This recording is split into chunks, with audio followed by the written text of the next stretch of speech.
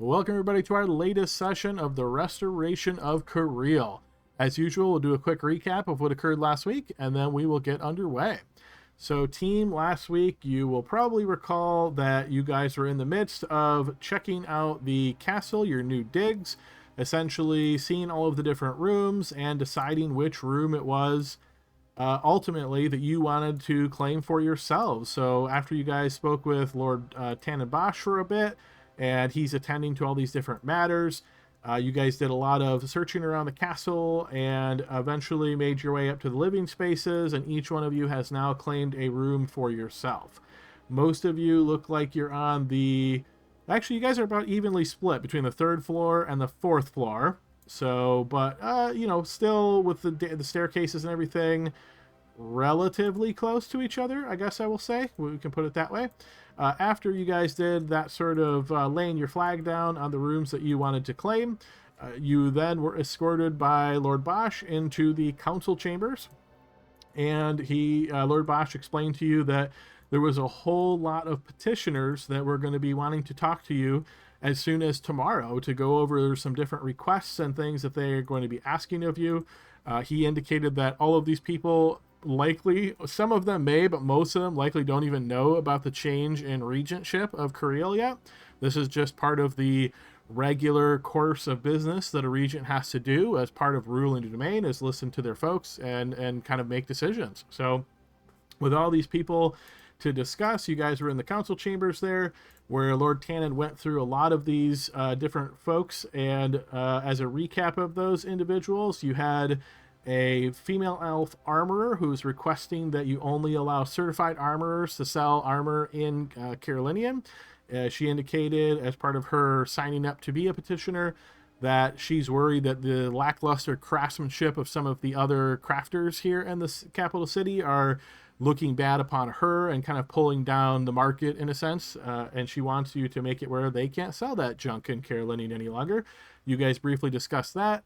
I believe it was Tavard who said, well, if you do that, you might put a lot of folks out of business. So then he instead suggested, why not let them get this certification, and then maybe they can have like a plaque or something that indicates that they're certified. It doesn't prevent anybody else from selling, but the people who are really interested in really high quality stuff might seek that certification out at that point, which Lord Tannen seemed to say that was a great idea, kind of splits the difference. And that's the kind of thinking you're going to want to have while you're listening to these petitioners. The next one was an innkeeper who wished to name an inn after Vin. So obviously this individual seemingly knows about the change, because otherwise he wouldn't have known to request this. But the name that he wishes to use, the Golden Boy Inn, was something that didn't sound so great on the ear. So you guys decided maybe after discussion, maybe you'll have it where he can name it after Vin, but not use Vin's actual name, but sort of name it after him, and perhaps something like the Brothers Inn or something along those lines. I believe Vin then suggested naming it after Baron. And so again, that would allow this person to feel honored by naming it after something important to Vin, but not name it directly after Vin. Next petitioner you had was a female goblin miner by the name of Gizelex. And she wants to be supplied with some guards to go into Punol, which is in the Five Peaks, the province nearest to your west there on the map, or southwest from Melavienne. And she is asking for a half a gold bar in expenses. So she found a vein of rich ore that she wants to try to extract from there. Next petitioner is Roger Montague, who is a sailor, essentially wants a ship, and he's offering to give you 50% of everything he makes with this ship until he's paid 150% of the cost of the ship. But as you guys don't have a lot of details on him, you kind of decided that that likely is not going to happen, and ships can be quite expensive. The next was a young woman, according to Lord Tannen's reading of her handwriting, by the name of Katrine McKinnon. And she indicated she wants to basically inspect merchants going out of the capital to see if they have any illicit goods. And exactly what this means is left up in the dark, but you guys think that maybe this is not totally on the up and up, or she's not quite clear. So you want to discuss with her, but you're likely going to say no to this. The next one the next one you read about, I should say, was Emmeline Cleves, who is a soldier who's asking for a promotion, indicating that her superior is essentially too old to do the job, and she's hoping that you will promote her. You guys said not you probably won't take any immediate action, but you're going to want to talk to her anyhow. Next was a Anwirian minister, a male minister, who is welcoming Vin to in the honor of the Northern Reformed Church, which is the majority religion here in all of the provinces. He indicated that if Vin's essentially willing to swear this oath, which oaths in this church are very, very loose. Again, this is a goddess devoted to like luck. So the oaths essentially, what Lord Tannen indicated is that it amounts to just don't damage the church, don't try to undercut them, don't try to take any actions against them. And if you don't, then they will employ a magical blessing, a realm spell to bless the land, which will increase the income of the provinces for a period of time. You guys said you likely will take him up on that because you can definitely use as much money as you can because ruling is expensive. Next was a Dwali Greybelt, who is a dwarf merchant, male dwarf merchant from Baruch Ajik, and his missive is he indicates he's looking for allies to enter some tunnels underneath the Stone Crown Mountains. As a reminder, you guys grew up in the shadow of the Stone Crown Mountains in your hamlet there, but the Stone Crown Mountains are massive. They stretch all along the southern edge of Cariele, so who's to say where exactly these tunnels are? But or if they even exist, you never know. As a reminder, there is no real known, we'll say, reliable ways through the Stone Crown Mountains. So this is something that might be of interest to you guys. But again, decided you would listen to what he said and decide from there. Next was a Clifton Farlight, who is a male bard, and he wants his friend released from prison. His friend was imprisoned on a charge of lewd conduct, and we had some discussion amongst the group there, with Blixel seemingly saying, yeah, just let him go. Some of the other teammates saying, maybe we need to listen more about this. You had also previously discussed this hunter who seemingly is trying to keep his identity secret, but he has warned of rocks falling down from the Stone Crown Mountains into an area nearby, and he says he hears a lot of loud noises coming from the mountains. You guys decided or discussed how exactly to handle this. As this person's trying to hide their appearance, it probably wouldn't make sense to have them in open court.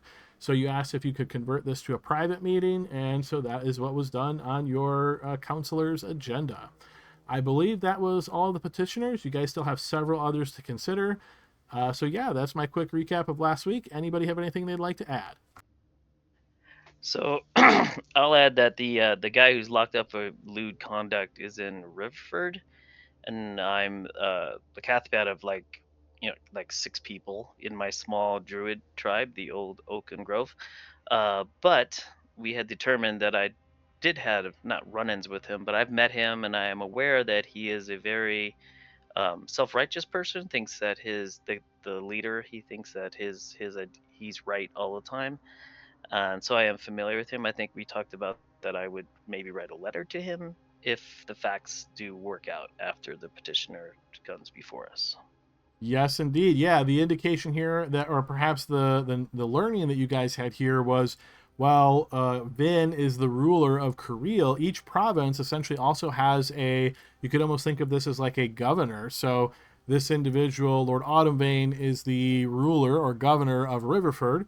And yes, with your experience growing up or living there, Dean, you do have some experience dealing with this individual. And so, yeah, there was an idea of like maybe send him a note or a letter and essentially say, do you have any strong feelings about this person that was captured and, imprisoned? If not, then, you'd be more comfortable maybe making some decisions. But if maybe he has more information, something like that. So, yeah, good addition. Go and take inspiration, Dean. Yeah, yep. Anybody Uh, else? I had one. The very first one, the elf armorer, Aridhel Bertonanel, I think is how you say her name. Either way, we requested, or we asked Tannen to let her know before the meeting if she could bring some of her armor or weaponry as proof of her level of craftsmanship as well, because we don't want just some a combination of racism fueling where people buy, in addition to the overall skill level of who's allowed to sell here. So we did ask her to bring it in so we could get some qualification done. Yes, indeed you did. And Lord Tannen said he would indicate that, letting her know to bring one of those pieces of craftsmanship when she shows up tomorrow. Yeah, good addition. Go ahead and take inspiration, Vin. And did we talk about Usk? Yes, he is the one who did not want to reveal his identity, so you converted him to a private meeting. Yes. Okay, perfect. Anybody else wish to add anything? We determined that the elves wanted help in fighting the abomination, and we figured out that was that evil bloodline, and that's what the hero stones were supposed to be for. Yes, you guys were able to piece together after speaking with your resident I got this nature and history and arcana skill checks, Saline, who let you know abomination essentially is the common slang or the common term referencing the Unshalan in this world. And yes, the note now seems to make more sense. Those hero stones that were discovered underneath in the basement here in the castle of Carolinian, that these stones were seemingly held by Vin's father Steel in anticipation or after meeting with the Elf King, which he referred to him as. They could be used against the abominations or Unshalan. So yeah, piecing some information together there. Yeah, take inspiration as well, Blixel.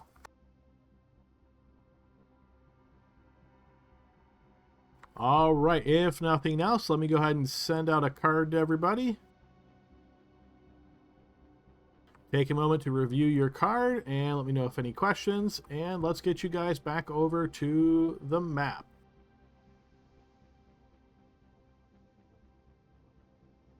Oh, actually, I was working on this map, so let me turn dynamic lighting back off, and then I'll get you back over to the map.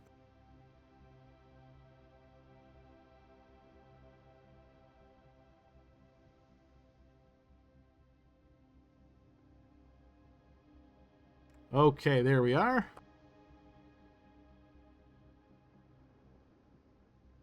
We're still in the council chambers doing petitions, right? We still have a handful more. You do indeed, yes. So you guys are still in the council room. Is there any actions you wish to take before continuing on to your next petitioner? Nope. All right, excellent. So yeah, I'll put you guys back on the council page then. Who did we elect to handle the guild representatives again? Was it That was me, and you're gonna Blixel? call me chief of staff. Me and Blixel. Yeah, your name, by the way, Chief Counselor. How about that? Okay, the cat's bad. Yeah, and I'm his manservant. That's right. With pride. Something like that. Yeah. I don't know how it's gonna work, but I cannot do anything with deception or persuasion or anything. But yeah, we'll see how we play that. All right, so as we find ourselves back in the council chambers, the table scattered with various pieces of parchment, and Lord Tannenbosch here in the room with you as he is sort of eyeing the papers, and he looks up after he takes a drink of refreshment from a pewter mug on a platter here that's filled with some wine. There's other things sort of set about here, small. You can think of like fruits and things that have been brought in over periods of time, other drinks, waters, anything else you'd like to request that's easily available here in the castle, they could certainly have brought for you. So after he takes a sip on some of this wine, he looks back down to the papers and he says, okay, so we've discussed several of the petitioners. Are we ready to move on to the next? Oh yeah. Excellent. Oh, excellent. can we do a pause real quick, Adam? Because I know that we discussed at the end of last session that you wanted us to get a domain action in. Did we want to do that real quick If you guys before are we ready, get into yeah, absolutely. the petitions? I think we're all in agreement on the first one we want to take, right, guys? Yeah. No, it's just a matter of deciding on how we want to wager because as of right now, it's a disadvantage DC 10. Yeah. And I think we should definitely try to spend the Regency points instead of money at this point, I right? agree. I We do the agree. same thing, and the Regency points are like we're gonna get a bunch of those back at the next cycle or whatever. We'll get money too, but it's important for us to hold on to money to start building it up as best we can. But Hang on, let me pull up the master list of actions. Yeah, and that leads me to what I think maybe we should do with the second action, which would be rule. Dean might Well, not like that, but what did you want to use the rule action for? probably on Mountain's Edge, I think it's called. Basically, it would turn Mountain's Edge from a 3/4 to a 4/3, if I understand it correctly. I agree, you're following it, and you want to try to take over the new holding. Yeah, because otherwise we're not gonna like we're just gonna be strangled by the guild if we don't actually have anything ourselves. So, correct me if I'm wrong, Adam. And you're right. I agree with you. And that's a nice opening move too. But It we would does have to do, spends money, which is bad. yeah. It'll spend 4 gold bars to do But it. we have to create a holding first, right, Adam? And then we can rule, So or is it back? Is it provinces, opposite? yeah, provinces don't work the same as holdings. So you can rule a province directly. For holdings, you have to have a holding and you have to have an available slot in order to rule it. But yeah, in this case, it's a province, so it's just you can rule it directly.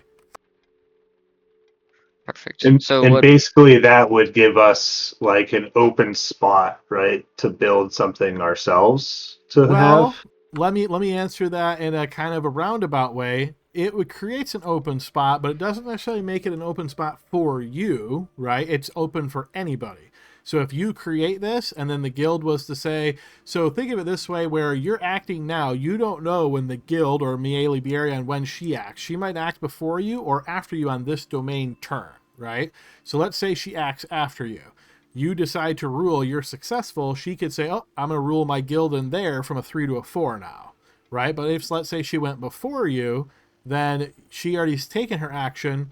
You now rule. Then next turn, she would still be before you. If she decides that's her priority, then she would now say, okay, I'm going to rule that from a 3 to a 4. Now, when she tries that, you can try to stop her. As you'll notice in rule, you can essentially try to prevent somebody from ruling effectively. But it's not. So I guess I would say don't think of it as when you raise the level that you're automatically entitled to those additional slots. They just happen to be there. Okay. Fair And point. It's going to open it up, and we just don't know when they went. But I will say this: that investiture is a domain action, right? So to use it, I don't know if it was her turn or Intier's turn. Well, So that would be investiture, what. the actual ceremony of investiture has to be done by the priest who actually cast the magical spell. So that would have been by the priest of the Northern Reformed Church that used their action to do the investiture.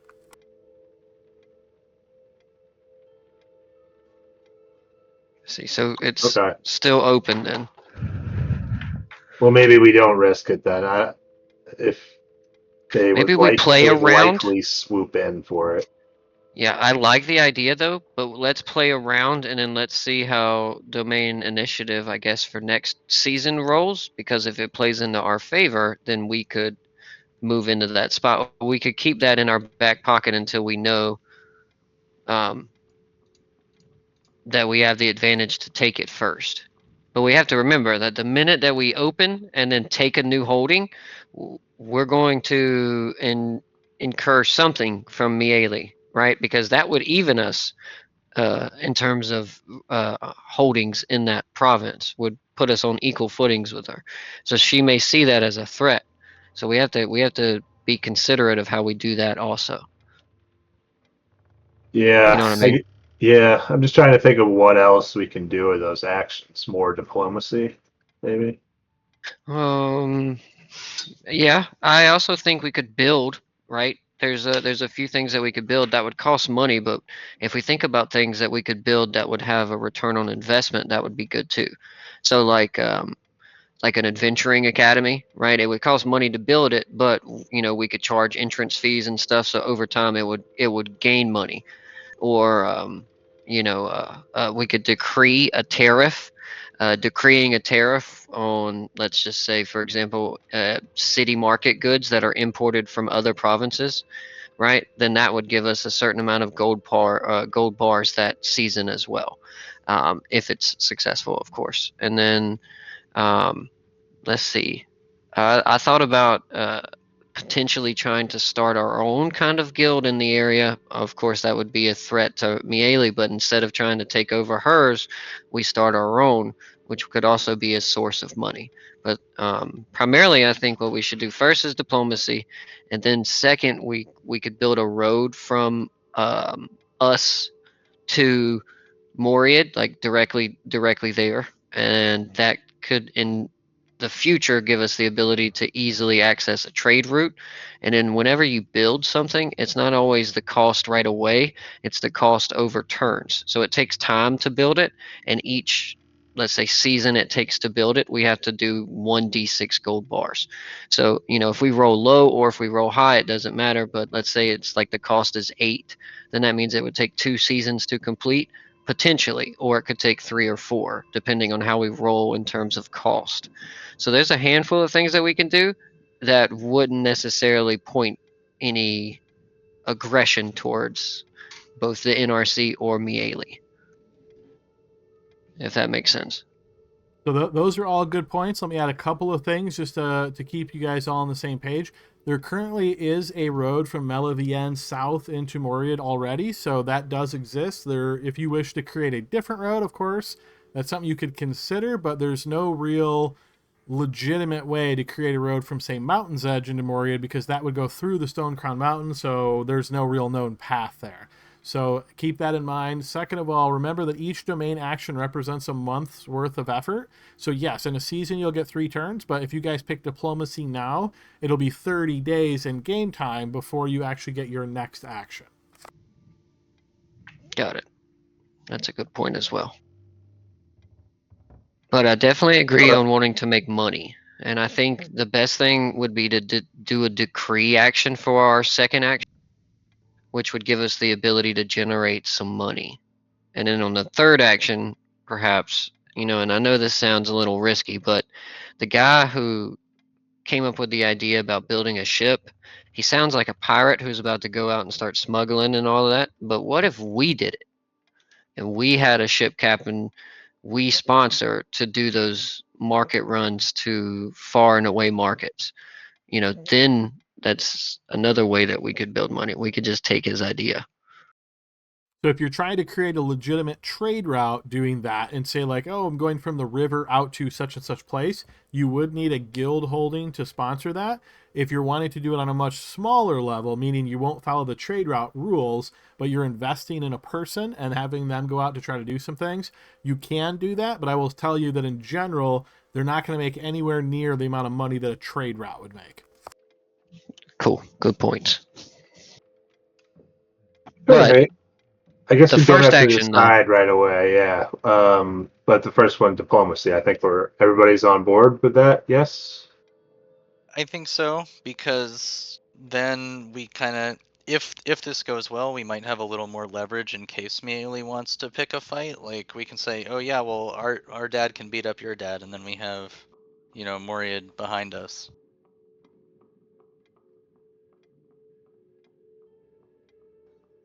Yeah, for sure. How long ago did Michael leave for Moriad? Yesterday. Adam?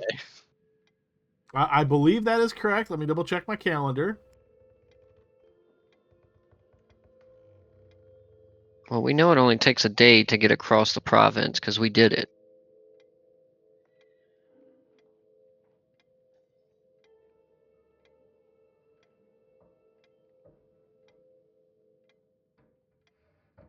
Oh my goodness, I was blind. I couldn't find the word calendar. Okay, so you guys have spent, you guys have now spent, this will be the 5th session on the same game day.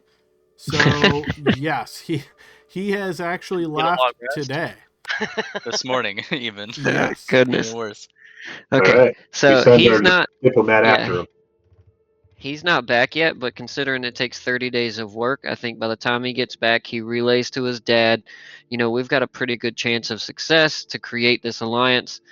So I think that should be our first action, and I think we should get it down to a DC 5 disadvantage by spending the Regency points to do it. And it's just a flat roll. It's not like associated with any skill, right? I don't think we have any bonuses right now. Yeah, I'm down with that. We just spend regency points on it. So Yep, sounds good. Bill, is that cool with you? Yeah, I can't really think of any other option just from glancing at things. So Now, the real question, Adam, is who rolls this? Your You do. choice. Oh, Obviously, shit. all of the decisions have to be made first, as far as how much you're spending. We'll do all the deductions, and then we'll have you roll. So if we look at the diplomacy action, we can see the base cost is going to be 1 regency and 1 gold bar. So we'll keep that in mind. And then as far as the DC, it's modified by the difference between your capital and the target's capital province. So your capital province is a 5, theirs is a 6. So that would be a -1. So base DC starts at a 10. Now it's an 11. And then, yeah, so it's going to be 11 at disadvantage. And then you can spend points how you wish. Okay. So I still think, even though it's 11, we go down to DC 6, right? And that would be 5 points. So I think do we spend all Regency points, or do we spend 1 gold bar in addition plus 4 Regency points? I think we hoard gold as much as possible because we're getting 18 Regency points per season, and between like -2 and +2 gold. So we may as well spend all the Regency we can without going under the threshold that causes you to lose bloodline, which I think is if you spend all of them. Is that correct?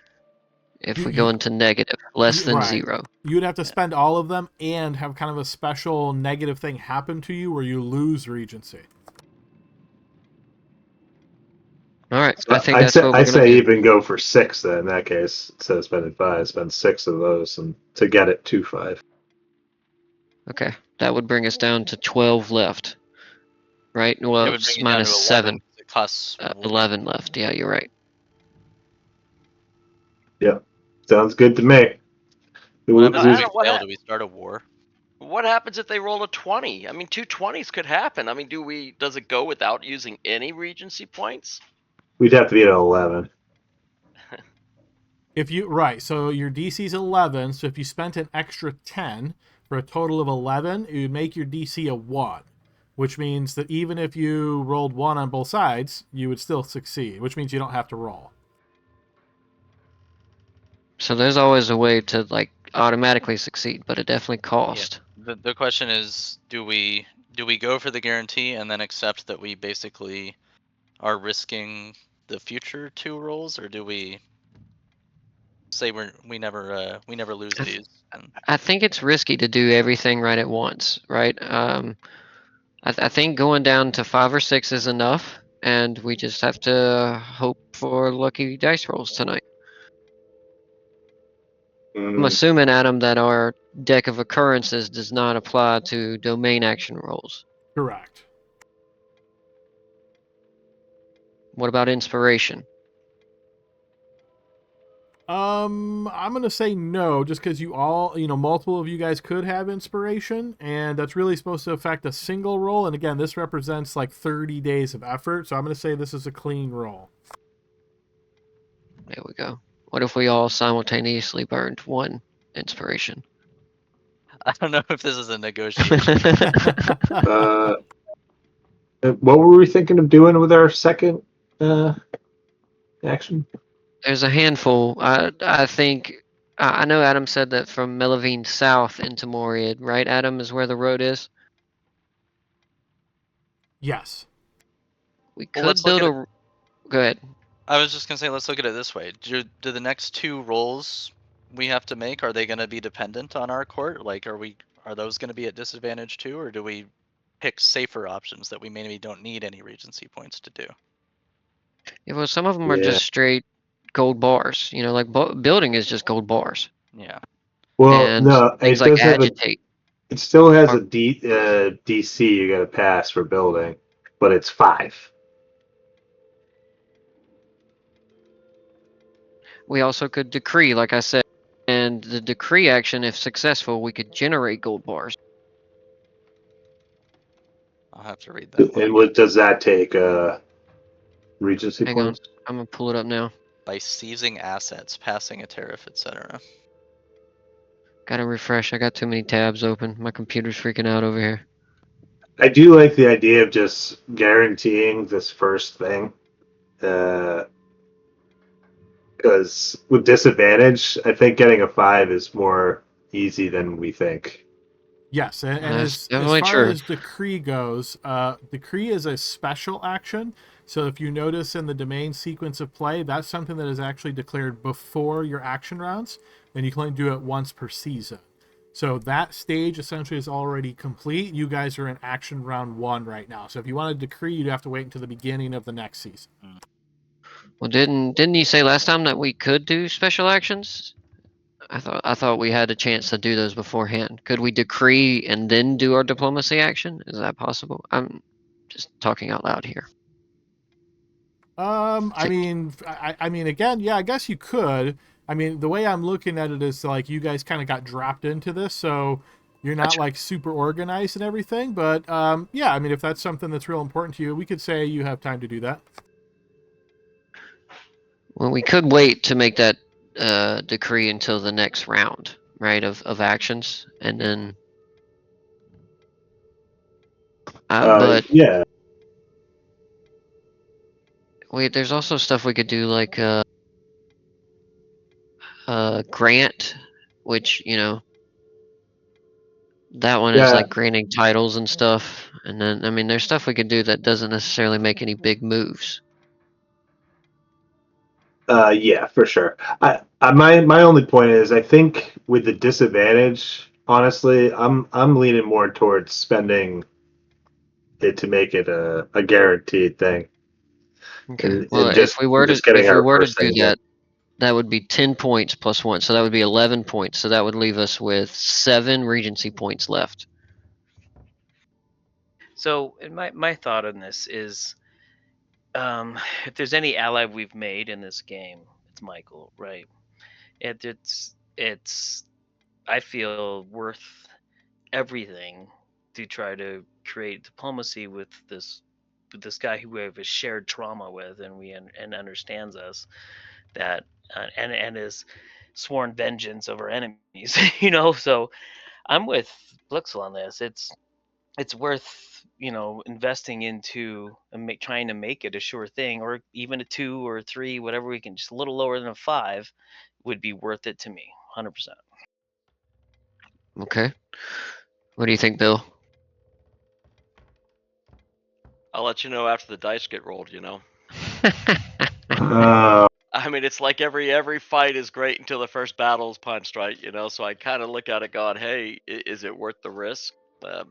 I kind of think maybe for the first one is, I mean, maybe we don't risk it, but I mean, it's too hard to tell. But yeah, that's what I'm leaning towards, I guess.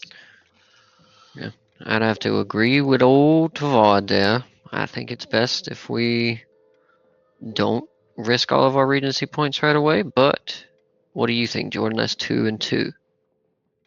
No, I think we risk a lot more by like not guaranteeing it, right? Because if we start out and we fail this, then we're kind of on the back foot for the rest of the season.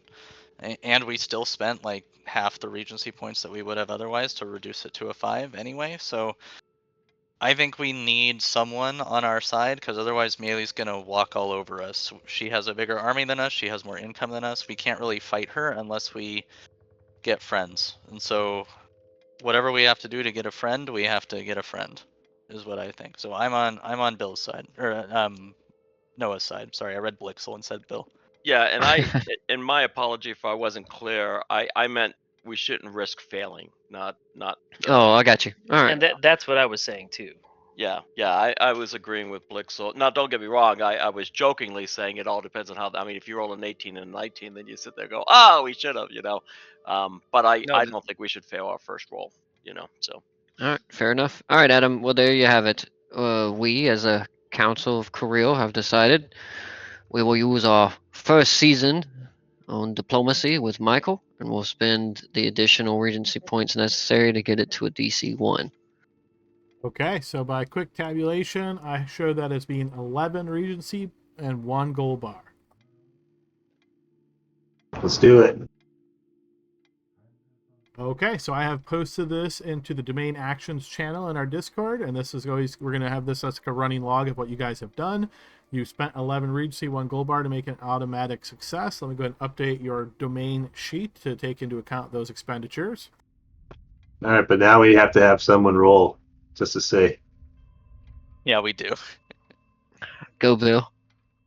You're going to want to roll 2d20, and obviously your previous plan was DC 5, so as long as both of them were 5 or higher, then you would have made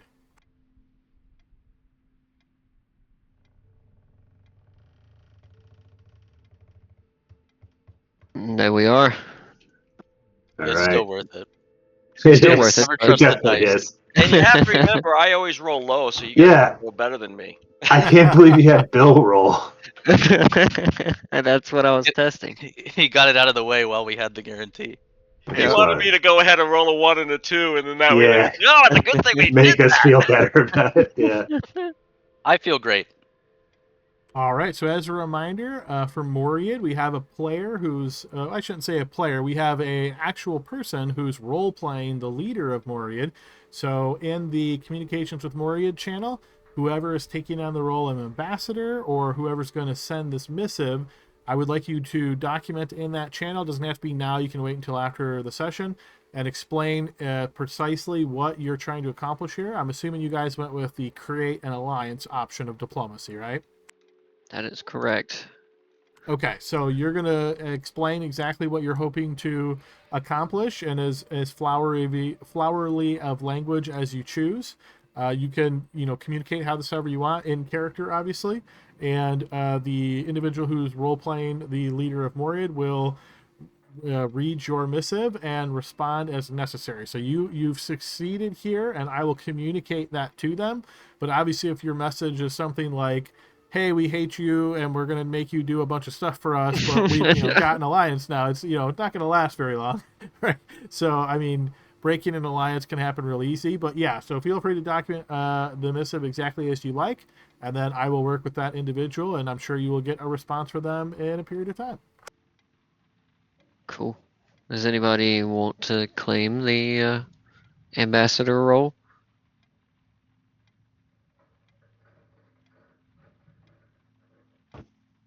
Not with these guys. Maybe with the elves. So I was jotting down some things as you guys were discussing last session. So far, I've got Blixel. You gave him the title of Master of Ceremonies. Saline, you gave Seneschal. You also gave Serena Seneschal. Dian, I had Ambassador / Diplomat ?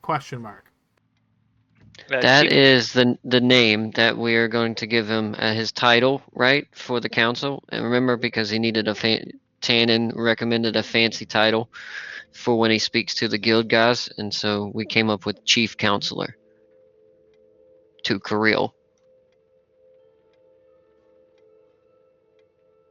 Okay, Chief Counselor it is. So that leaves you, Bill. Well, Tavard. my concern is my race. I hate to get races on myself here, right? But I'm not really, pulling out all the warm welcome around here.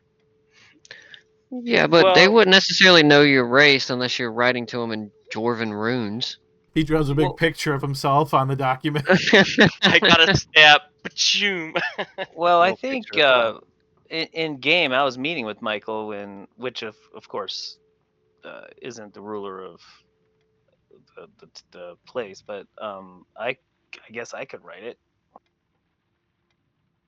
That's fine with me. Yeah, okay. And it could be reviewed before you send it if you want someone else to, send Spell it. check it. Well, I don't know about that. Dwarven spell check. I capitalize my Hey, eyes and all that stuff. Just don't look as good as me thought it could. It could be gooder. All right, so I'll be the ambassador to what's the name of it again? Moriad. Moriad, yes. All right. There we Okay. go, Adam. All right, so 1 action in the books, guys. So again, that'll represent 1 month of effort. As a reminder, you guys will have your additional petitioners to discuss with Lord Tannen here. And then after that occurs, you guys can decide to do basically anything you want for these 30 days. if at some point you say, well, we want to skip a certain amount of time to get to another action, that's always something we can entertain. Just kind of, try to give me a heads up that that's something that you're going to want to do when you can, and then we can like adjust or plan for it better. So with that in mind, you guys send out the explanation or the command to take this diplomatic effort. Dean is given some resources as far as putting together this arrangement, sending some sort of flowery letter, and usually, you think of this 1 gold bar of cost to do diplomacy. This is working with your court, getting things ready to go. They make sure that they communicate to Moriad in a way that's not going to be offensive. So it might be like the person they send is someone who's from Moriad or just an expert there, and they do all this flowery language and all that kind of stuff before they actually deliver the writing to the leader. So keep that in mind. But yeah, as you're writing your letter, Dean, that will be delivered to Moriad on your behalf, and then we will go from there. Roger that. Okay, we find ourselves back in the council chambers after you guys make that decision and send out the appropriate commands to the staff to get everything ready to go. That people kind of run about making the preparations for that to occur. With that out of the way, the chamber door to the council chambers here is closed once again, and Lord Tannen sits back down with a smile on his face, and he says, okay, well, with that complete, are we ready to discuss the other petitioners?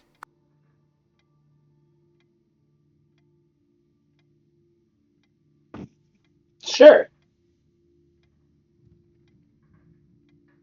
Excellent, excellent. Well, the next petitioner on the list is one Faye Cromwell.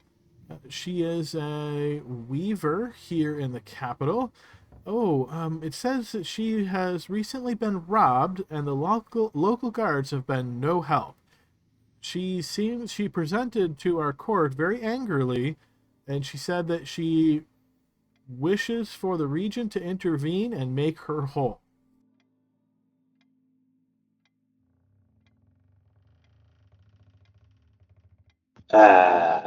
What? Yeah, what does she mean by make her whole?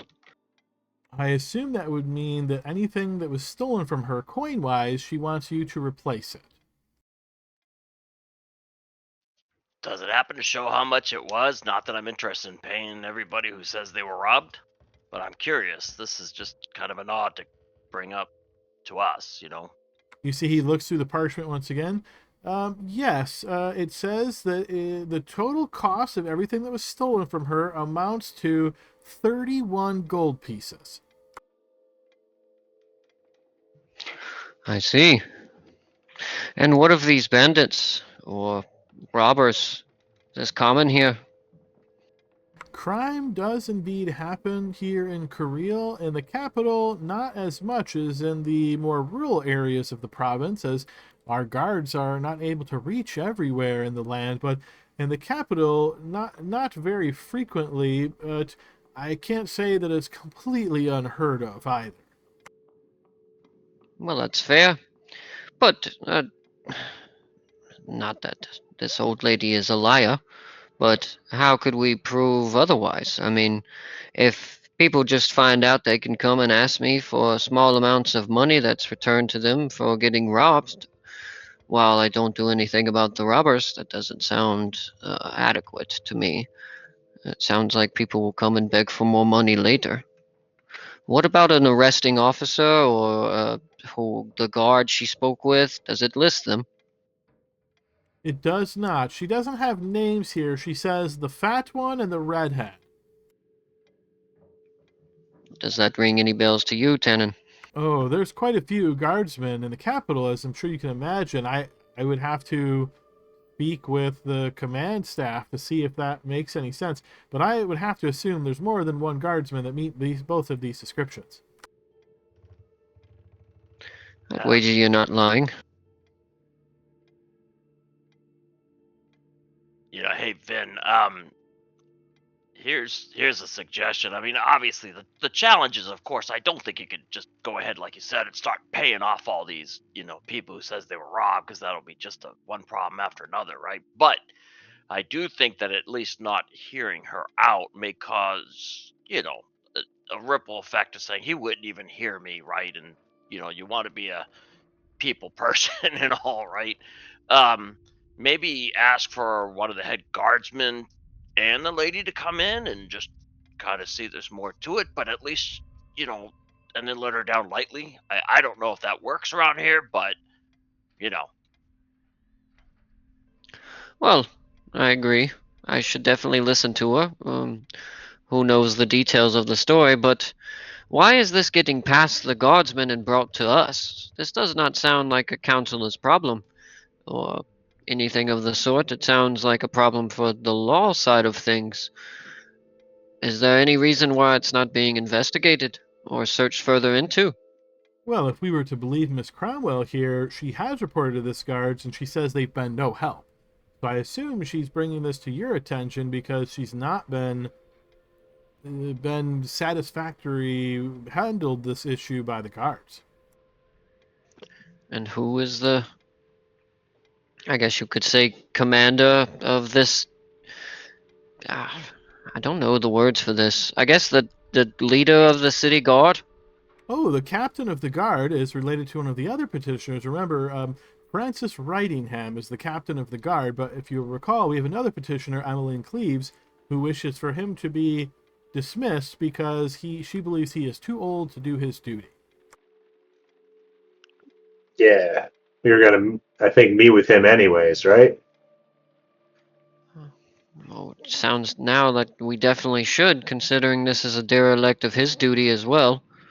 Makes sense that someone would raise up such a objection to his captaincy if, well, he's not handling small things like robberies, and he's wasting the council's time on trivial nonsense.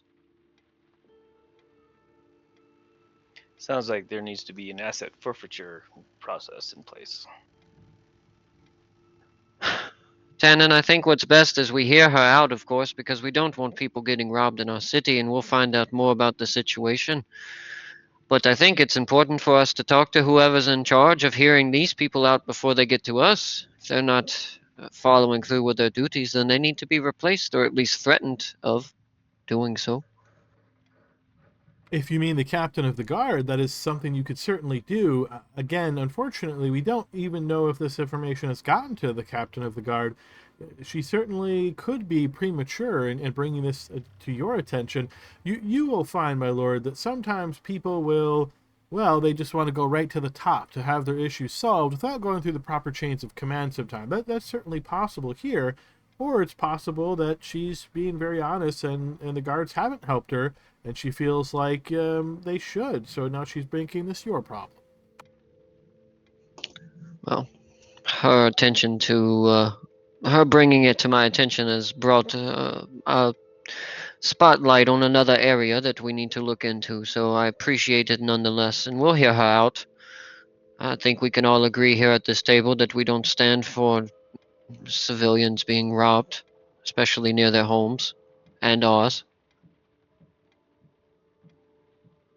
Lord Tannen nods and jots a couple things down with his quill. Okay, I have made note. Would you like to move on to the next? Kind of smiles and looks at Celine. Yeah, let's continue. Next, we have a Miss Esme West. She calls herself a procurer of knowledge, and she is offering her service to you for a reasonable cost. Looks like she requests a salary of 3 gold pieces per day. She says her skill set is best used when you need to get knowledge out of a person and they are being reluctant to share things with you. They're a torturer. The interrogation squad. I don't even think you should see her, to be honest with you. But well, I can do that for free. I'll tell you the truth. I look over at Serena like, we kind of already have one of those. I mean, with us being on the council, though, it's good for someone else to do those sort of things, I think, now. What interests me is she claims to be a procurer of knowledge, but then says in the same sentence that she procures that knowledge by interrogating people, essentially. Well, it Uh, it Maybe might she's a be. mind reader. Yeah, there could be more things at play here than just intimidation and coercion. It might just simply, as Blissel said, read minds or create maybe an area of truth telling, those type of services. We do need to sort of up our organization here a Well, little looks like bit. you're not even getting 1 gold piece a day from this whole thing. You just get a free room. My Yeah, gosh, it's the IOU is stacking. I'm just saying, 3 gold. That's nothing. Well, Well, it's and besides, 96 a month. It's roughly 100 gold pieces a month. I mean, have we yet to have? We've only been here for 4 hours, 5 hours. I don't think there's any need for a special insight in the Mm, minds of people yet. I disagree. Oh yeah. I want to considering know what that lady's thinking. Just get her name and number, and then that way there you have her on call as a independent contractor. Well, I've Yeah. got to say, over the next few months, we're going to be playing a game of espionage with the guild.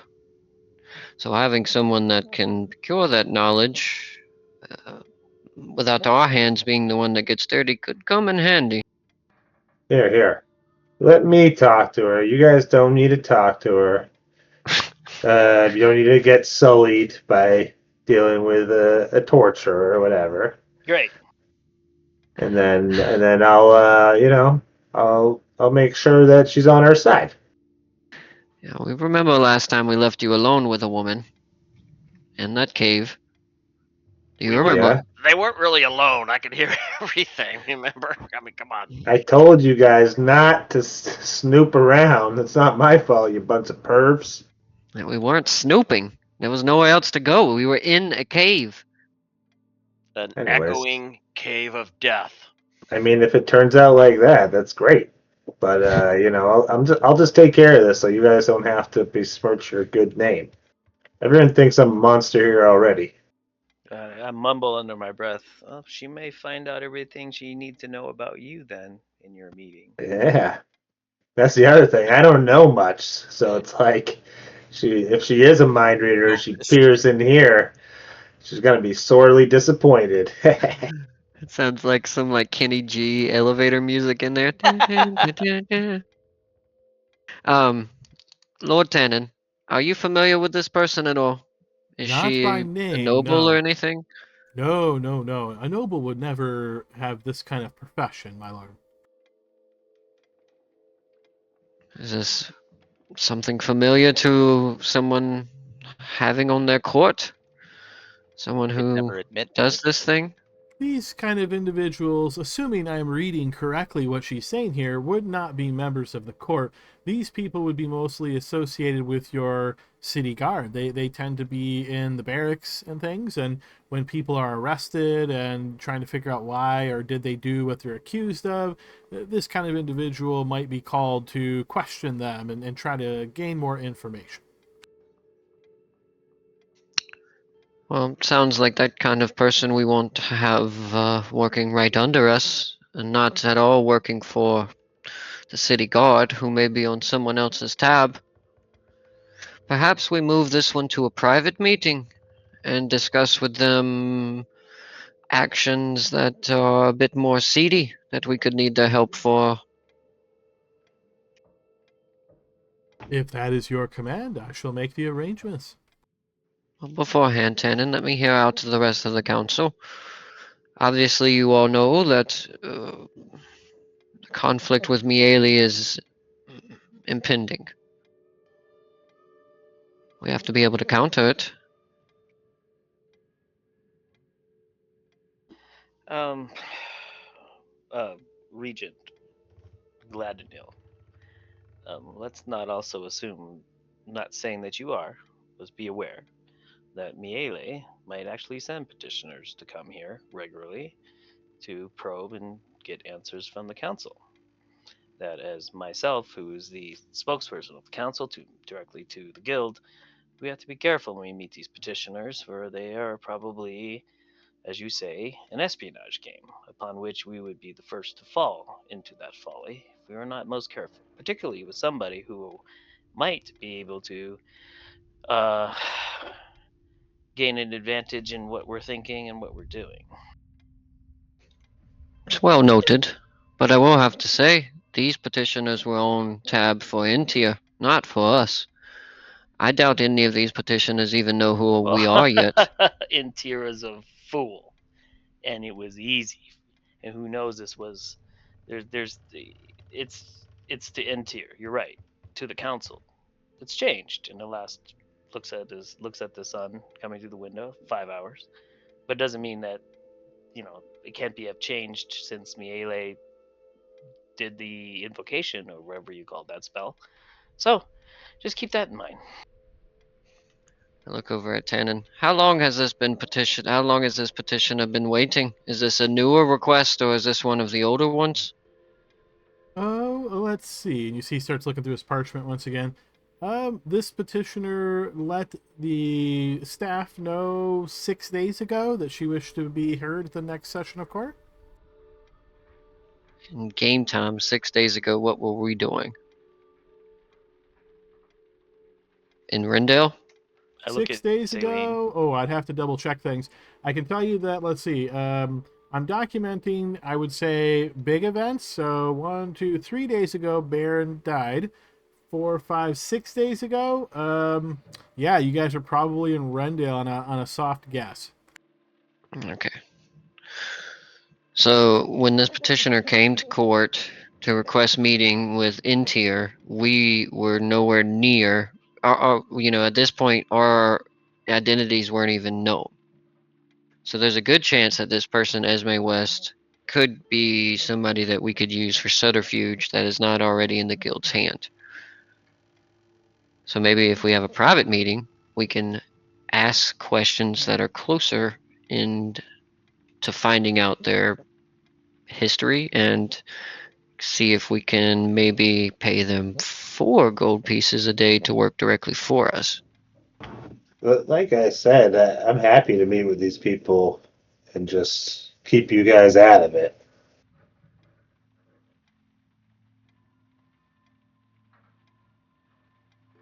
I'll do a private meeting, and yeah, I'll give them what they're asking for, and maybe they just keep their mouth shut, and when we call on them, they're able to do what we want.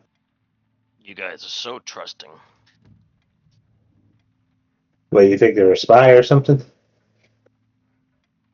Well, I don't know, but they weren't even coming to see us, right? I mean, we just kind of determined they were Yeah. coming to see somebody who really had a bad reputation anyway, So, I mean, I don't think a decision needs to be made. Go have your conversation, go from there. No decision needs to be made right now, but I don't understand why someone who's asking for 3 gold will say, "Hey, we'll pay him 4." I mean, No. I don't even get 4. I have a free drink. It's stale anyway. Blah, blah, blah.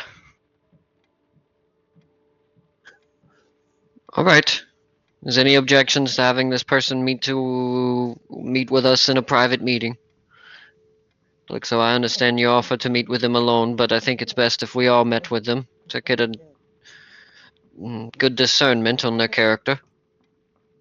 All right, if you want to be associated with the torturer.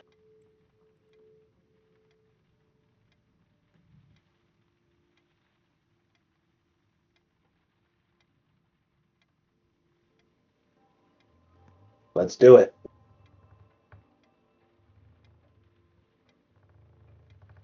Lord Tannen kind of looks about the room, and if he doesn't see anybody else speak up, you see he kind of starts documenting.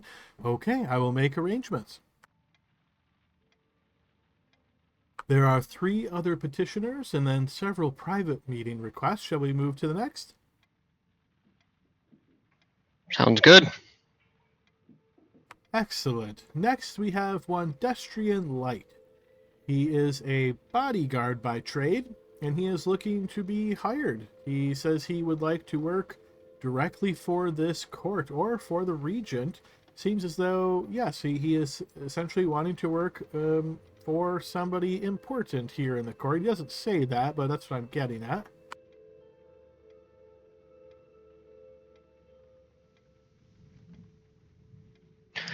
Well, it wouldn't be for me. I've got plans to go get Stinky. You notice Lord Tana kind of looks around at all of you with a little bit of a befuddled look on his face. I have no need for a bodyguard. He's kind of curious. So who's Stinky? Yeah, I know. I don't entertain that. I just say I have no need for a bodyguard. Dean doesn't know either. Dean hasn't met him yet either. Oh yeah, that's true. I've Told heard him about about it though. No, I know about him, but I'm not just gonna talk about it. So I'll say I don't need a bodyguard. Yeah, Tannen, we have a bear that can talk. His name is Stinky. Oh, how curious. But I must say, that makes me feel a bit better because I was terrified that I was about to have the conversation that your body odor is not going to prevent people from attacking you. No. Two things can be true. Well, does this person have a background in bodyguarding? You know anything about them? I do not know them, no, but according to what they've let our court staff know, yes. This person is in their mid-40s, and they say they've been a bodyguard for over 20 years. You've got more people to hire right now than extra bodyguard. I'm your bodyguard for right now. Don't get me wrong, I'd rather have somebody else take the arrow shaft, but you know. Yeah, I don't know how Serena will take this. Well, Tannen, as with all the petitioners, we'll be happy to hear them out, but I think with this one, we'll probably pass. As you wish. Shall we move on? On to the next.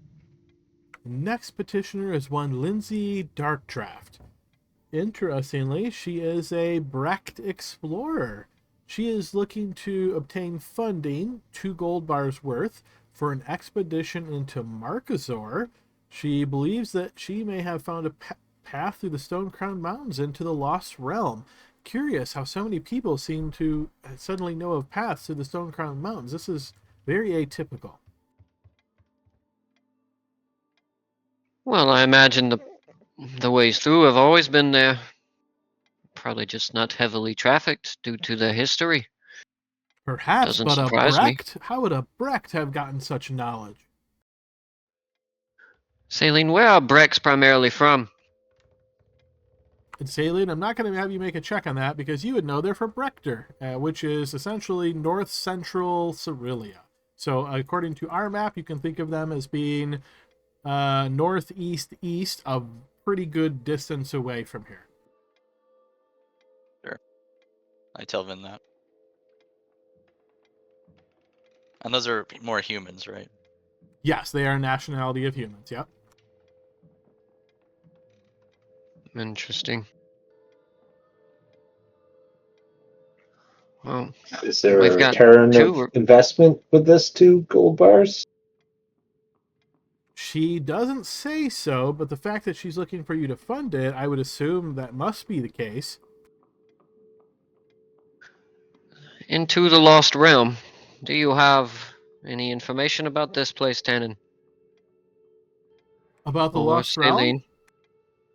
Yes, is it worthy of us spending money to send people there? I only know some small details, having lived here for quite a bit of time. I guess, well, what is it that you would be liking to know about the Lost Realm? Well, primarily, if they're asking for 2 gold bars, then that's 4,000 gold pieces. What would they spend that on? I mean, mining equipment, hunting equipment, logging equipment. What is it they're looking for? So, based on what she has indicated here, I don't think she's trying to mine or cut down tree. It doesn't look like she's going there to try to get materials. Obviously, Markazor is a nation of goblins in league with the Gorgon, so they would not take kindly to anybody entering their realm. But it seems as though, well, I'm guessing based on what she's indicated here, that the fact that she's found this path could be of a great value, because if it is identified path and it's something she can mark out, then that would mean, depending on how wide it is, you would have a path into the Lost Realm if you so chose. Getting there itself, the Lost Realm used to be a land of elves, but ever since Markazor attacked it and took it over, it is believed that most of the elves were killed or fled, though I've occasionally heard people talk about how there are some resistance elves that still live there and kind of meld away into the trees anytime the goblin forces appear, but they are very much outmatched by the troops of Markazor. I see. Well, it could be good for us to have this passageway, especially if in the future we were ever to have to go to war against somebody like Markazor. Having a way to move troops in and out of the area would be advantageous. But if the passage becomes known, it might be that they have a passage to us as well. If Two this sides to explorer, every coin. if this explorer is discovered, captured, and interrogated, they'll find out how she got here, and then they might cause trouble for us. I mean, I think we probably need to find out what she's after and what she knows about it. But I'm leaning on not giving her it, because if we're strapped for gold, then we're not going to get anything back from that. It might be too much.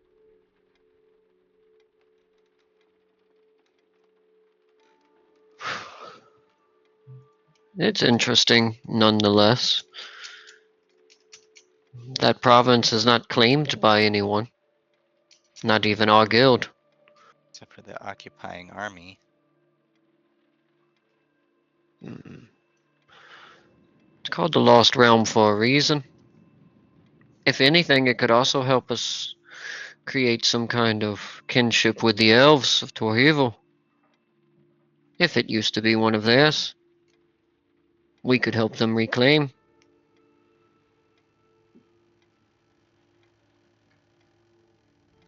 I say we hear them out, err on the side of caution, and take Blixel's word of advice for it. I think it's important, though, that we understand getting through these Stone Crown Mountains is not an easy thing to do.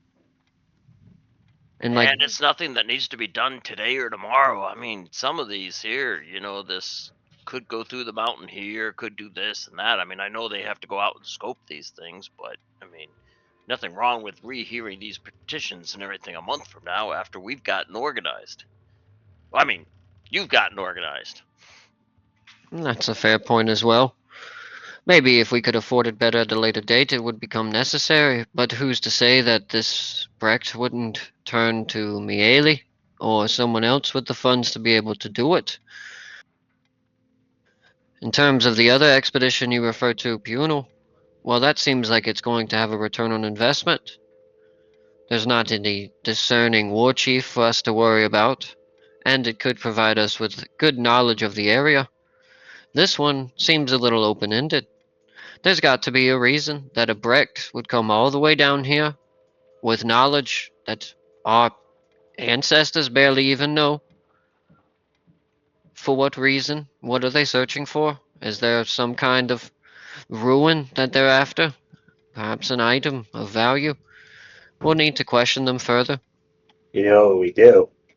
We hire the torturer first, and then if this person doesn't want to tell us, we have him have a meet cute. Well, and I was going to go ahead and put this on Discord later on, but I'll go ahead and interject it here. I mean, my buddy Franco and everything, right? He's kind of, the guy in that the fighting pits kind of stuff, right? So maybe he knows some folks that we can ask about these more questionable folks. Maybe there's an underground kind of thing that maybe he may be able to get us to the right people. Uh, See who's on That's the a up good and up. point. And also, well, we still got those, those rat folks there that, probably owe us a favor or two that we were told brings a lot of information. Maybe they can we could tell them about some of these folks, see if they've heard anything before final decisions are made. I mean, I don't know. It is a lot safer to figure out what we want and find it ourselves rather than have it just come to our door. That's true, but there'll be plenty of things that we'll need to discover that we won't be able to do ourselves. I know this seems new, but people like this apparently come in troves. In one round of petitioners, we've got 2 requests to fund expeditions. Seems like a pretty popular sentiment for those who rule the realm. But I will say, this one interests me on a level that's curious, Why to is say the that? least. Why is that? The Stone Crown Mountains suddenly becomes important to the regent of Cariele. It's not suddenly. I grew up with my back to those mountains anyways. I know how large they are. They protected our hamlet from not just storms, but from evil. Anything that could wander down from them just simply wouldn't because of the haggard terrain. What Lord Tannen mentioned at the beginning is quite important. This is quite uncommon to have this many different people knowing ways in and out. You have tunnels that need to be investigated. Now we have a passageway. In addition, we're also hearing about possible giants being around there with us.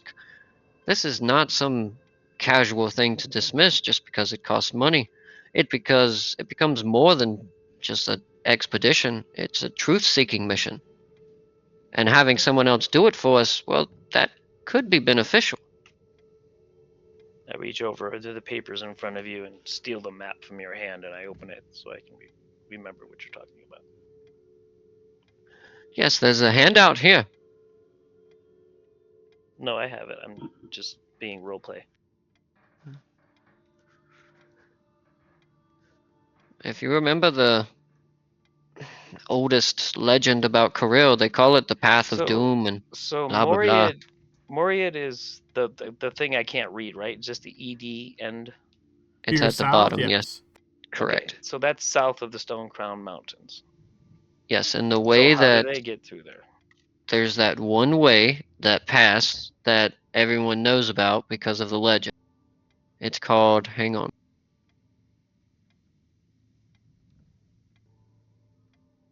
The Gates of Doom. The elves named it Turindor, Fool's Passage. It was once a place where an Anwirian army met its death from an elven ambush, but it's a path through that goes into Moriad. It's So it's like by the one of the river, only known. but No, in it's Torin's Watch. yeah, it's not near the river though. It's I guess the best way to put it is you see the last mountain on the map on the left, right beside Melavine. Oh, hold on a second. Let me. I'm going to give you guys a Oh. couple more map handouts just to hopefully make this a little bit easier. So this one here is the Ann Weir map, which we've referenced sometimes. It's not as high quality, but it is all of Ann Weir, so you can kind of see where things are in reference to other things. And then I'm also going to give you guys a Cerilia map, just so you have an understanding. Again, these are things you'd be able to get now that you are, in a area, capital, library, all that kind of stuff. So this is the map of all of Cerilia. Again, if you think of that center mass, you guys are essentially in the southwest area of that center mass. You can kind of make out, if you line up the landmarks, right? For example, you see Tail Firth there, that's the bay that's northwest of Cariele. So that forest a little bit east and south of Tail Firth, that's where Cariele actually is. But this gives you an idea of like how big Cerilia is. Okay, so Moriad and the Five Peaks and these other Torin's Watch and Helm's Haven and Thasburn and Shafani are all where bad people live. So Markazor is goblins, and that's to our southeast. And that's where they're talking about. There's that realm in between us and Markazor that's all forest with 3 mountains. That's the Lost Realm. Oh, So just that one little area. that sliver, that whole sliver, it's not directly owned by anybody, even though it's in Markazor. They don't have any kind of. Well, It doesn't Markazor have has any hold. conquered it, so Markazor technically owns the Lost Realm as far as like it being their territory. It used to be part of Twerhiaville, but Markazor took it over from Twerhiaville. There we go. So it's just a slice through the mountains that's abnormal compared to where you normally go over where Melavine is. So there's a path that goes from Melavine into Torian's Watch, and that's that Gates of Doom. And that's where that- our Hamlet people went through to get into Torian's Watch. They went through Melhivi. Yeah, and that's where he's cutting through that same Okay. area to So go into the Morgan. giants and these expeditions are more towards the Markazor side of the Stone Crown Mountains. It sounds like it, yes. So those even to extend up to Terevil and Ilvendor and Elves Demise. The mountain chain continues kind of. It does. Yeah, Right. it cuts Obviously, all the way because the across. petitioners are coming to your court, you presume that the Stonecrown Mountains are referring to as in your domain. Like, they wouldn't, unless they were really clear with you, like, hey, we want you to give us money to go 300 miles this way. Like, typically you can assume they're talking about more nearby. So Mountain's Edge area. Very likely, yes. So my point is, considering we've gotten multiple requests in that general area, this one seems like a valuable one for us to maybe learn some information about before we send the other ones in. You know what I mean? Interesting. And Mountain's Edge. So we have three places: Mahilivi, Riverford, and Mountain's Edge. Right. Everything else is outside of our territory. Torrens Watch and Markazor. Okay. And Mhm. Melavien is one of those ones that's very hard to pronounce because of all the different letters. So if you guys want to call it like Mel or something, I'm fine with that. So Mel, Riverford, and Mountain's Edge. And we think this is Stone Crown Mountain section of Mountain's Edge. And that's where we think the giants are allegedly throwing stones at our pipples. Okay, copy Yeah. that. Mm-hmm. Yes. I give you your map back. Okay. So the main thing to me is not really the cost and what they're looking for, although I think that's important. The thing is that there seems to be a lot of action over there, and I think it's best if we don't ignore the place where we're seeing a lot of action. How long ago was the Lost Realm taken over from the elves? Ooh, give me a blind check there, Saline.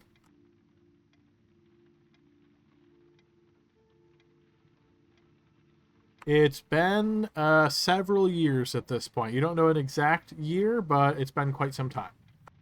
Are they still like actively trying to get it back, or have they written it off? There have been no recent wars between Twerhiaville and Markazor or Twerhiaville and the Gorgon's Crown. You would know just based on some of the stuff that you've read that Twerhiaville, while it's considered to have a pretty impressive military, it really would not be able to stand up to Gorgon's Crown, Merkalot, and Markazor all together, which is all united under the Gorgon. So you would probably get the impression that they're kind of unfortunately, they don't like that they lost this, but they feel like if they try to push the issue, they may lose more. Okay. So it wouldn't be a thing where we could like give them this information about this pass and then they might have a better chance of taking it back or anything. They would just get dogpiled. I mean, anything's possible, but you're assuming, based on what the petitioner indicated, that this path is from Mountain's Edge into Lost Realm. So if you were to even consider something like that, you'd want to make an alliance with Twerhiaville and then give them access to Mountain's Edge so they could send their troops through there and then through this hidden passage or whatever it might be to get into the Lost Realm. But yeah, unless they have the forces to actually take and hold it, you're not sure how much value that would be to them.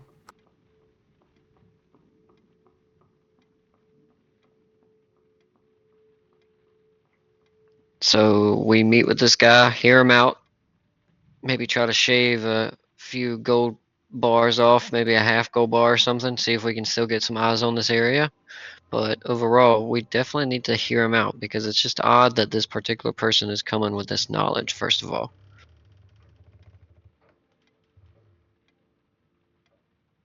Sure. And I mean, it's a ticking time bomb, right? Because what if the bad guys discover the pass and then use it before we have a good grasp on it?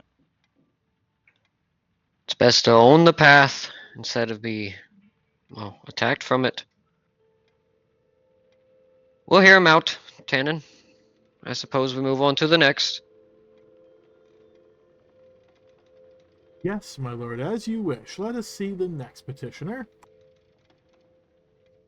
Oh, this is one Oron Nelianther. He is a half-elven juggler. He indicates here that he has previously served as a juggler in the court of Thosone, and he is looking to be employed by your court. He is also, our court staff member jotted down a note here saying that this juggler sort of indicated that he has a lot of inside knowledge about how the court of Thosone is run, and he thinks that might be valuable to you. As in our neighbors to the north, Yes. where Intir ran off to hide. Yes. Call him tonight. Get him in here. Bring him along. Hire him up. Let's go. That's an easy one. He has not indicated a salary, but I assume that means he'll wish to speak with you about that. We gotta do the interview process. We gotta ask him where he sees himself in 5 years. 3 greatest strengths, 3 weaknesses. That sounds like the first interview, which is usually with the Seneschal. Once he passes your interview, he'll come to me. Second interview. Oh god, I hate all the multi-layered ones, and then they gotta watch a video, and then they gotta send it. Yeah, whatever. It does sound like a valuable member to add to our court, both in terms of general merriment and, well, we need to keep our eyes on Dorson. It sounds like What's our current relationship with them? With friendly, I Thosone, suppose. Yeah. no real relationship. You don't have any kind of official alliance or anything like that. There's been no wars or anything like that between your two nations. So they're there. They are the northern bulwark of the old Enwerian Empire. But yeah, you don't have a whole lot of relations or conduct with them in general. Miele does have a few trade routes that go into that direction. He does indeed. It's worth It learning about. sounds, Yeah. yeah, 'cause it sounds like a good ally. we met someone in Rendale who has some knowledge of guild activities in Thosone, so knowing more about what's going on up there might be valuable to us. Speaking of alliances, what about Darheville?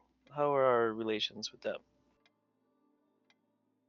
It's very similar to Thosone. So, as a curiosity or a little footnote, you might be curious to know that the prince, the elven prince of Torhiaville, and then the ruler of Thosone are actually related. So, if I remember correctly, they are half siblings, if memory serves. So they have you could say, friendship between the two. It's not an ironclad alliance or anything, but they tend to assist each other when they can in general. As far as our relations with Torhiaville, if I am being honest, I would put it at cool at best. The prince of the elves in Torhiaville, he is as most elves, very, very refined man, and he is not somebody who takes a whole lot of time or effort to get to know humans. He's a very long-lived individual, and his patience for what he considers mortals to be very limited. It also sounded like my dad wanted to punch him in the mouth. Lord Tanner looks at you with a little bit of like a curious look. However did you learn that, my lord? I just kind of smile at him. Anyways. Okay. I mean, right now, our main focus is the sanctity of our realm.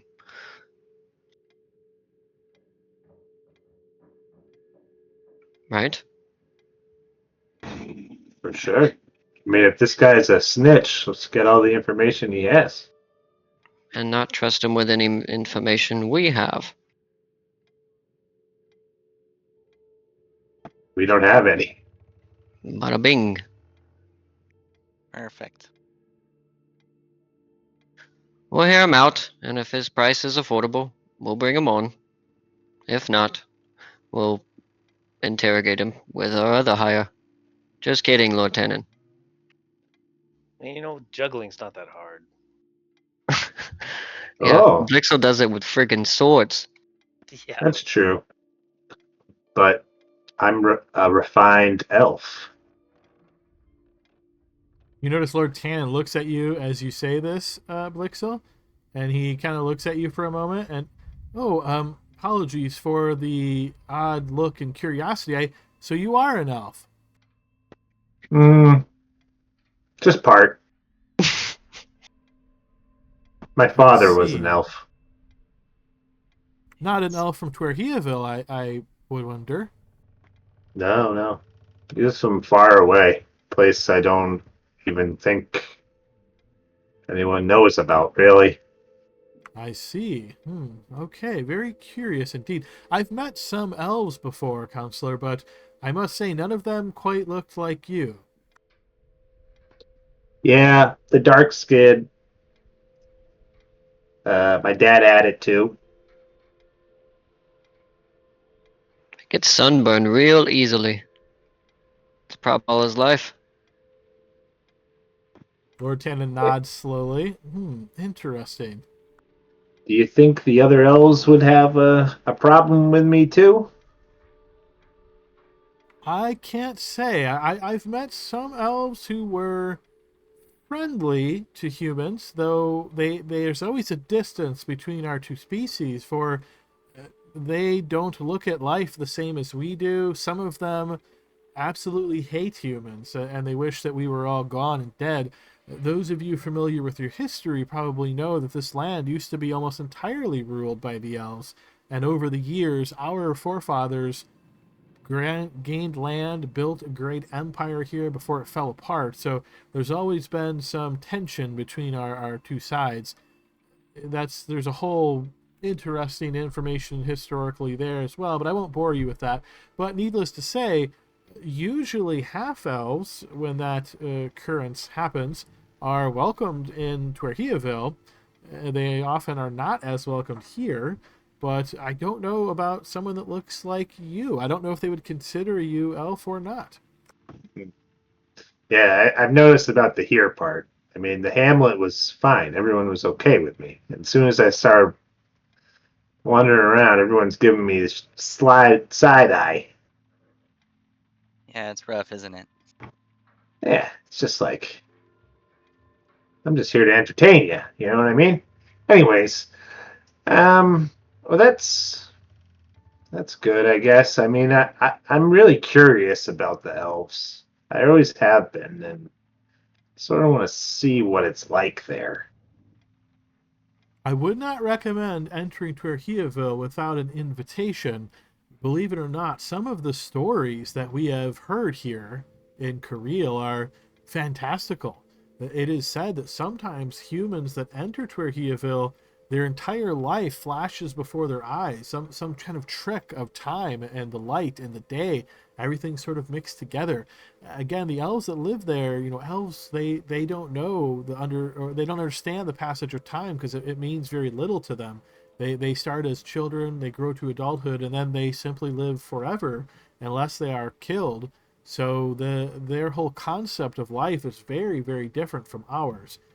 They are said to also consort with fairies and other types of fey creatures. I mean, we've heard of all strange stories, of course. Well, it sounds strange to you. It sounds sort of wonderful to me. So, um, If that anyways, is something you wish to follow up on, then perhaps you could send a missive to the Prince of Twerhiaville in the future and maybe see if he's interested in forging some kind of an alliance between our two nations. all right, I'll come up with something. I got to think about it, but maybe I'll send him a song. Well, Blixel, if the Lost Realm used to be part of Toryville, us getting eyes on it might give you a small glimpse of what it would be like, you know. Yeah, that's true. Hmm. And I'll smile at him. And on that note, Lord Tenon, I believe by my count, that is the end of your petitioner list. It is indeed. There are several individuals who have requested private meetings, but I have no real details to share on them other than a name of an individual. I don't think that would help very much. Do you know any of them? Oh, let's see. And you see kind of cycles through the names. I do know Dr. Kaspau. I've heard of him before. He was here. He's been here actually several times in the court. He is how can I say, well, Entier used to call him a worrywart. He said he was always terrified that something bad was going to happen, and Entier really didn't pay him much mind. He thought he was just overly worried and for no real good reason. And what's your interpretation of the man? He's a little unhinged for my taste. I typically try to discuss things without allowing emotion to control too much because I find we don't make our best decisions when we allow our emotions to control what we do. He's a little bit more leaning heavily on his emotions to get his point across, and for me, it was always difficult to take him seriously. Well, thank you for your insight. And thank you for helping us with the council tonight. He nods. You did Yes. well. Thank you. You are very welcome. If there is nothing else, my lord and counselors, I shall retire for the night. There are other few last minute details to take care of, and then hopefully things will begin to settle down. Is there anything else I can do for you before I retire? I know you said tomorrow we'd meet with the petitioners, but what about this giveaway and this party? Is there anything we should be concerned about? The cost really is your main concern. Have you settled on a total fee that you're willing to spend? I know some costs have already flown out of the treasury to support this, but I can certainly put a stopper on this if it gets too high. How much have you spent already? Oh, it is a small amount so far. I believe a quarter of a gold bar. And by your estimates, we should spend how much? Truly, it is hard to say. I mean, this could be something between 2 and 4 would be my estimate. But if word really gets out and far more people come and you don't want to say no to anybody, that number could certainly balloon. I mean, let's set a hard cap at 2. You notice he looks over towards you, Vin. Do you agree with your counselor here? Is that the limit I should enforce? I will say I agree. 2 seems like a good cap. However, to avoid any riots in the street, you're allowed to spend 3 if necessary, but only if necessary, and you do not let that be known willy-nilly. He nods. Yes, I will certainly guard that information. You see, he documents some more on his parchment. We'll see what we can do to hold the cost to 2 gold bars, but I will keep an additional gold bar in reserve in case things look dicey. And is there a way that you can summon someone here to be, I guess, like a petitioner on my request? You can certainly request anybody to attend on you if you wish. Whether they will arrive or not is, various factors. Who did you have in mind, my lord? Old Mister and his assistant. Old Mister. I'm sorry, I would need more details. Who is Old Mister? He owns a shop in town, a candle shop. Ah, okay. I can certainly find that individual then and send them a note. Yes. Is this something that is urgent, my lord? It is getting pretty late in the evening, or is this something I can send in the morning? Oh, no urgency at all. But yes, I would like to speak to him in front of the council. Okay, I will pass this task on to the remaining staff you have here that are messengers. I know there's not many of them left, but I will ask one of them to carry a message to the shop in the morning. And last, Lord Tannen, I find it best to at least make you aware. But Stinky, the one you heard of earlier, he's a bear. He's our companion, and I'm going to go get him and bring him back to the castle. Where is he now? He's just outside. He's probably found something to eat, I'd imagine. You see he nods slowly. Okay, that could pose some difficulties. Most people are not accustomed to seeing a bear enter. Perhaps you could put like a muzzle and some kind of security implements upon him, and just so people feel better about his presence. He's not that kind of bear exactly, Lord Tannen. What about a suit? Can we put him in a suit? Hmm.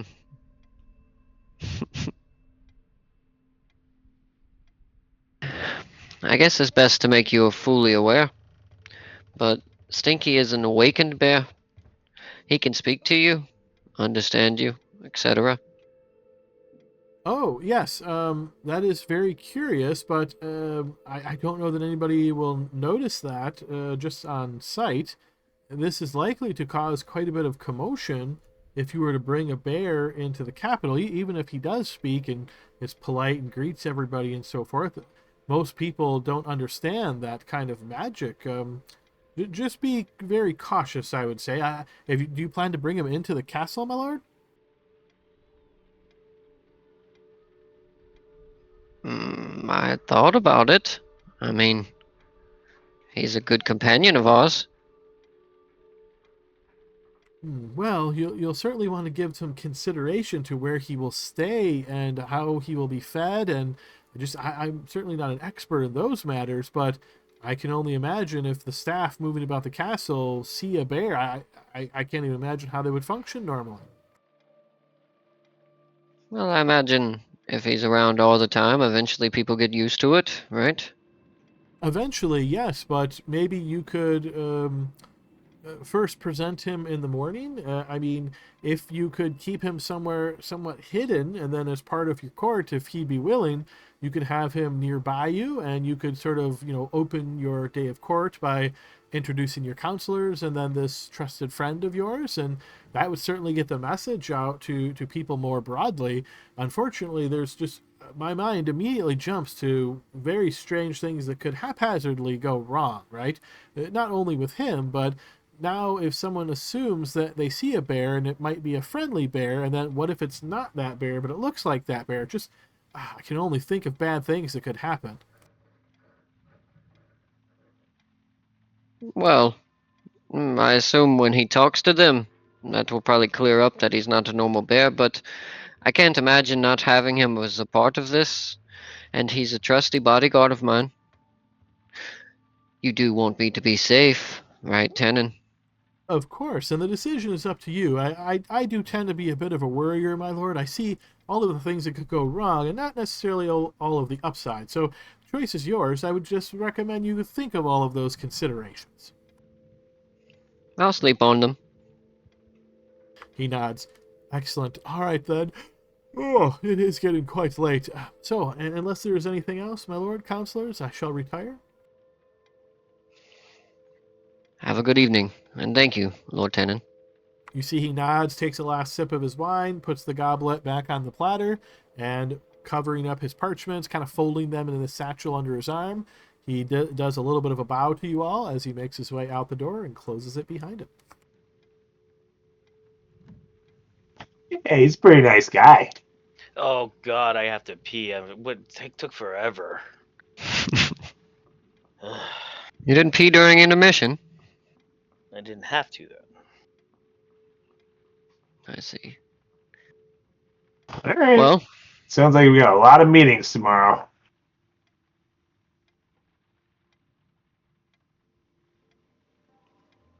let's talk about this adventuring thing for a moment.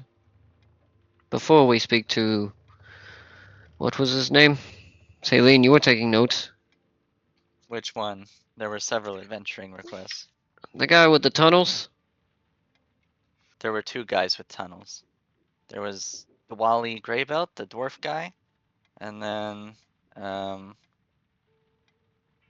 Lindsay Dark Draft was the one we just heard about. The first one. Yeah, that guy. What about him? We thought about joining him, right? Yeah, we discussed it. That's why I'm opening him back up. Let's finish the discussion. Obviously, we'll have questions for him, but Before we get into discussions, I got to use the restroom, guys. So can we come back in like 15 minutes and talk about these things? fine. I thought that was totally in game. I did not pick up on that at all. It was in game, but I tried to use my in-game voice. But yeah. Fair enough. Yeah, no, we're only a few minutes shy of break time. So yeah, let's go ahead and do that, folks. We'll pick up That sounds on the perfect. other side. See everybody back in 15. See you guys in a bit. Welcome back to the second half of our session. Team is still in the council chambers, finishing up some last-minute details for the night. All right, team, I'm going to go ahead and bring you back over to the council chambers.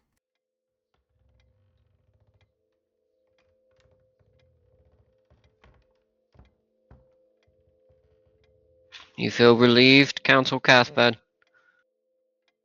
Yes, thank you. It was rough. Okay. No details, please. Yeah, keep it to yourself. I normally But deal with only like six to 8 complaints, maybe once a month. Yeah. Well, when you're running a whole group of people, everyone's gonna want to talk to you. Yeah, and I'm a bit concerned at the level of ease to get in front of the council. I understand that we are short-staffed and all that, but you are the High Regent, and some girl writes 3 sentences on a piece of paper that she didn't get her $31 back, that she was robbed, and all of a sudden she's before the highest king ruler of the land. We'd have to fix that pretty quickly. I mean, we could tell her to just go away, and we don't need to meet with her. You know what I mean? But the fact that it's even being brought to our attention is a little silly. Yeah. well, Could bring him to me first. I could just say no and then bring him to your attention later. that's kind of what we hired Celine and Serena to do as seneschals, to filter through some of the crap, appoint the right people to the right things, and have the right things that need to come before us done. So, yeah, I understand that, and it's working through it myself. the only reason why I ask you all about the adventuring is because, well, like Dean said, perhaps I sit this one out, but it's important that we get some eyes on those Stone Crown Mountains. If this tunnel, for instance, leads out to the other side, that could also be beneficial to our cause. Obviously, a tunnel system is not great for moving armies, but moving spies, it could be. Yeah, I mean, I'm all for going out on an adventure still. I'd be happy to. I need to earn more of a legend as it is. It's the way to become a really good entertainer. So you got to have the stories to back it up. And on top of that, any wealth that we find while doing it, we can bring back and add to the treasury. You can pay yourselves, etc., etc. Speaking of which, we'll figure out payment for you all soon. I don't quite know how that works, but I'll speak to Lord Tandon. But if we decide to go and do this after questioning and deeming it a good idea, I'll need some time to find someone to send. So I'll have to interview a few potential adventurers before sending them. So I thought best to ask what your initial impressions would be. Well, you know me. Is the juice worth the squeeze for my own personal involvement? Yet alone, uh, mercenary. Have you ever visited the Stone Crowns, No, Dean? I have no need to visit the stone grounds. Well, you do now, considering you wish to bring, what was it you called? Magic or nature back to this area? Well, Restore it back to its old ways? I appreciate your attraction to my powers, but I am no way able to bring magic back into the land. I hope that it will regenerate itself into a much more potent and much more efficient and loving environment for everyone. It's those damn guilds that will not stop destroying the source of its power. Now, if the guilds are in Stone Crown Mountain, and we need to get there or do something in order to stop the guilds, that's worth the squeeze. I see. Anyone else? What's your thoughts, Tavard? Flip a coin.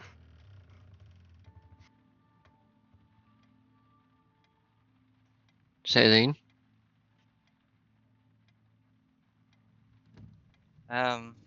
My thoughts are that there's certainly merit for us to investigate matters on ourselves. It sounds like there's a lot of different things going on in the Stone Crown Mountains that could get us.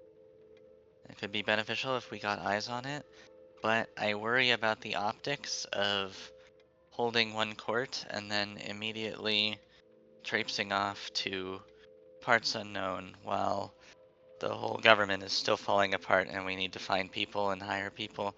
You did just appoint me to run this castle and its staff, so it would be difficult for me to do that in the middle of nowhere. I don't have third level spells yet, so I can't like cast sending or anything. And you'll never have third level spells if you sit around the castle all day. Yeah, no shit, but first, I really think we need to get everything in order behind us so that we have a stable foundation to come back to. Again, You know, I don't think I thought you were done. Sorry. I don't think it's a bad idea to go investigate these things, but And there are lots of things to gain experiences on inside the castle, Celine. well, you'd think that, but I just looked at the experience tracker over break, and we haven't gotten anything for the past couple of sessions. So. Dun dun dun. Well, here's my point, right? I mean, we're going to be spending the next couple of weeks meeting with delegates from Moriad anyways, building our relationship and hopefully gaining their hand in being an ally, right? It's not like you guys are going to go traipsing off tomorrow or anything of the likes. This will probably be a few weeks from now. And I understand that you all feel a civic duty to continue, and that's why I'm staying behind. Between Tannen, myself, perhaps my mother can stand in for a session. Probably not, but either way, we could find someone to sit in and assist with some of it. But I can handle these petitioners without you all sitting here and listening to it as well. But the importance of the Stone Crown Mountains seems big for a few reasons. The first is, like Dean said, is the juice worth the squeeze? Well, up top we may have giants, but down below, what do we have? If we have one threat from above and another one sneaks below, what do we do then? If this cuts into Markazor, and he can just funnel in motherfucking goblins, that sounds like that sounds like it sucks. But you haven't even heard the people, and you're already assuming everything they're looking for this gold for is all true. Wait till you hear the people out, figure out what may be what by what, then make decisions. Well, obviously. Yeah, I'd have to hear him out. I think this is a tomorrow problem. Well, I It's getting late. appreciate you all giving me your opinion. I'm still gonna see if I can find somebody suitable to send out with you all. When you all have the stones, of course. As you wish, my lord. Nah, you can't have a player go out and adventure with us. You have to just listen in on Discord. But I've already spent all this time. Either way, everyone excited to sleep in their new beds. Oh, I left a fire going. Yeah, you should tend to that. Holy shit.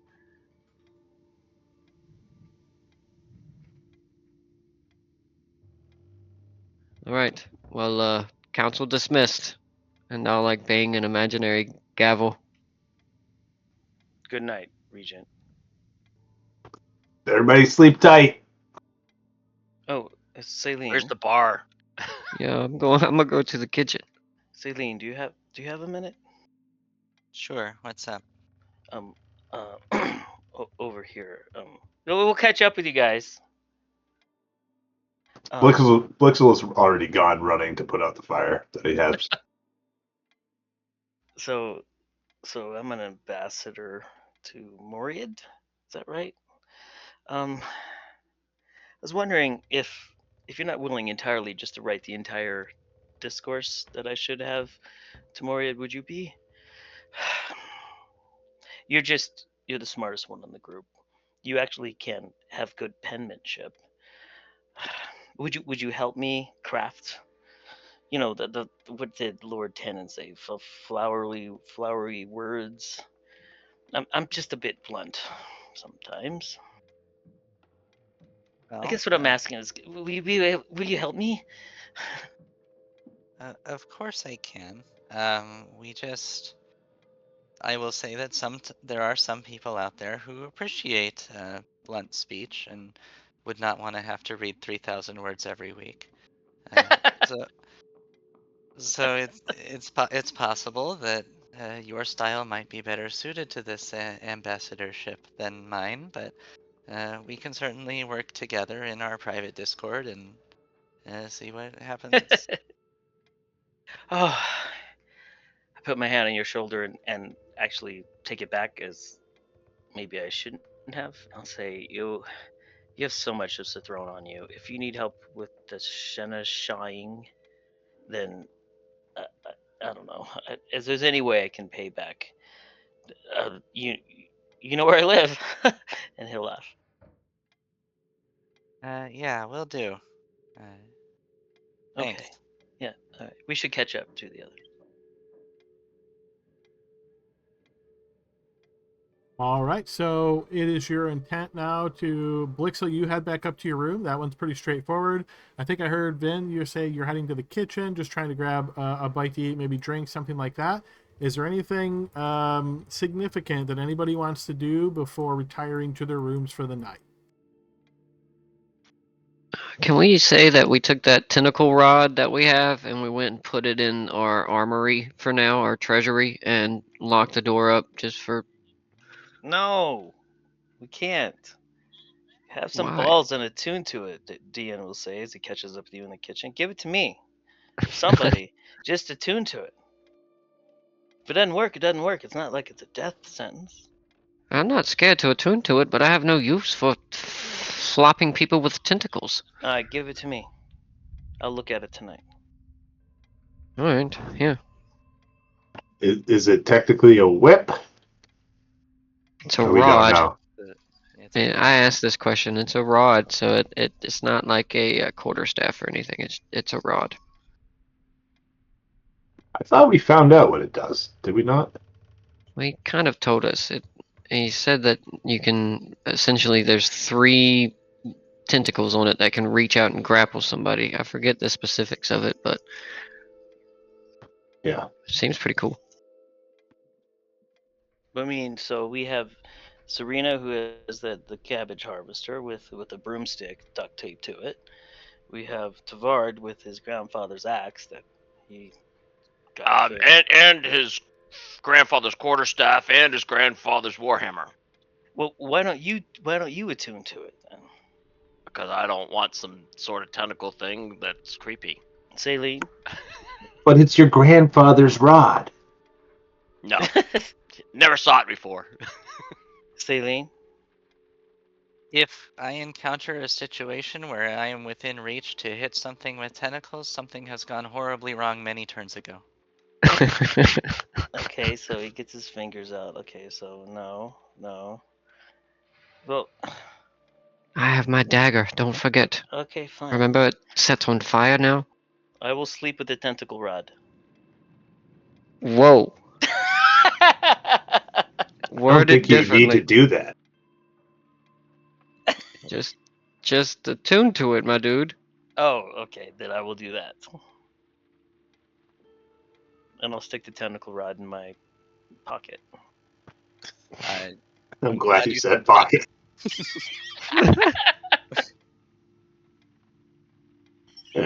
Blixel gives everyone a nod, and he's like covered in soot. Apparently, the fire was like harder to put out than he thought. He's like, "All right, I'm gonna go to bed. Got a big party tomorrow." Yes, the coronation. I should get some sleep too. Good night, friends. Regent, good night.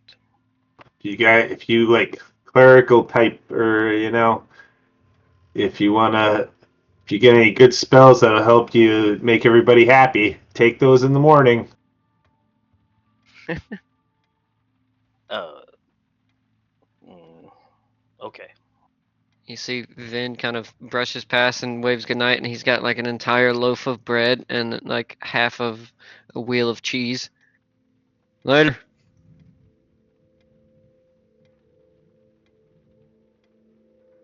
All right, safe to assume each of you has retired to your individual rooms.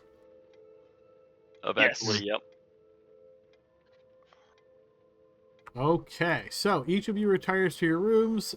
You see still a bit of flurry of activity as you're making your way through the castle. Things are obviously not fully in place yet. There's still a lot of confusion amongst the staff. You do see that there are people seemingly have kind of like tamped some stuff down by this point. So you imagine this is sort of like Lord Tannen telling certain people, like, hey, this is the deal, make sure everybody understands this. And like a couple of sort of like leaders from that perspective have, made their way to more enforcing these kind of rules amongst the staff. But there is still a lot of just confusion and disconcertment among people. This is a very big change, of course. So you guys notice this as you retire to your rooms, and we find a few hours passes by when I'm going to ask Tavard and Vin to both give me blind checks.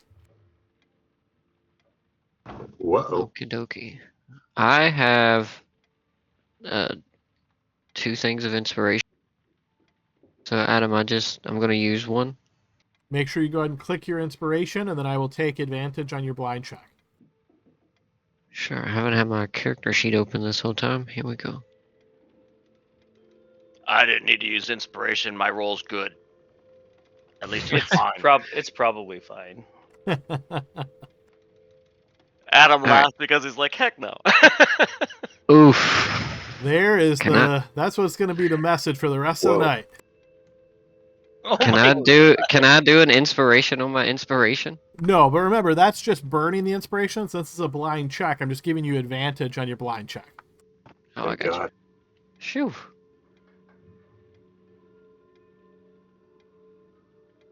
Oh, you still need me to roll it, don't you? I sure do, yeah. My bad. I'm looking at maps and stuff, sorry. Unless you want to take the double ones. I'll pass. All right. As you are sleeping in your quarters, Vin, you are suddenly awoken and you feel a strange, like, pause in the air. You look around, you're lying in your bed at this moment. In fact, what I'm going to do is I'm going to lock the tokens, and then I'm going to bring everybody over to the now dynamically lighting enforced castle. Shit. So, Adam, does that mean I didn't roll so well? That is what that means, yes. I do want to point out that I locked my patio door. You see that up there before any of this happened? I actually did not even give you a patio door, but since you said that, let's go ahead and give you a patio door. Perfect. And it's motherfucking locked. That is now wide open. Luckily, this attack is not coming from there, so no worries. Okay. So as you're lying in your bed here, Vin, there's like this strange pause in the air. Like you're lying here, your eyes kind of flash open. You're like, did I just hear something? And you listen for a moment, kind of stirring a little bit in your bed as you're kind of shaking off the sleepies. and you hear it again. It sounds like a shoulder against a door, someone trying to knock a door down perhaps, but not full force. It's almost like they're trying to do it quietly. If I move forward, well, are the tokens still locked? Yeah. They are, but so your intent here is to get out of bed? Well, I mean, I'm awake. My eyes are open, correct? Yes. And I can see what I see in my room? Yes, that is what you see. Okay. Well, I'm not like seeing any threats, so my first impression would be to get out of my bed, and my trusty daggers are over on the side, and then I got one under my pillow. So I'm gonna go ahead and draw those and then head to the door and see if it sounds like it's coming from my door. All right, I'm going to unlock the tokens here. Everybody else is currently sleeping, so Vin, you are the one that's awake. Feel free to move as you wish. Perfect. And just so I can remember, Adam, is my door opening like this way, or does it open this way? I would say, so again, like, you guys are regents now, so if you decide you want to change this, we can note this somewhere, but I'm going to say by default, all doors in the castle open into rooms. okay, so that's what I'm asking. Would the back of the door, would it be on this side over here? Yes. Okay, so I want to get in that space where, like, if something were to bust in my door, I'm behind it over here. And I want to listen. Do I hear it coming from my door? All right, you stay here now, and I'm assuming you're just like in small clothes at this point, right? You don't have armor or any of that kind of stuff? No, I mean, I'm not sleeping in my leather armor, but Makes sense. I'm just in my commoner's clothes, I guess, or traveler's clothes or whatever. I guess we bought nice clothes, so I'm in nice, fine clothes, but like pajamas, I guess you could say. Okay, fair enough. All right, so you get up against the wall, put your back to the wall, your blade is ready. You hear this again. It is coming from the hallway through your door. Not right at your door, but through that door.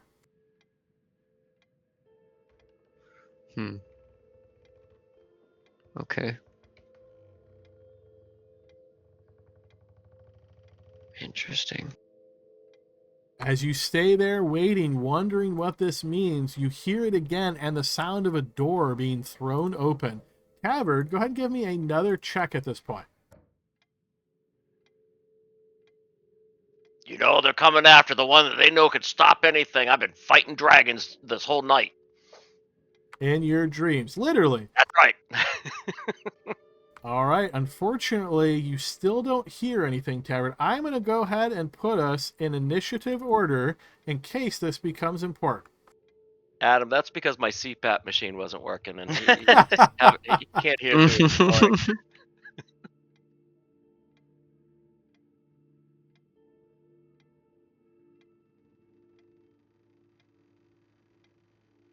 My initiative never ceases to suck. All right, I've got you all in there.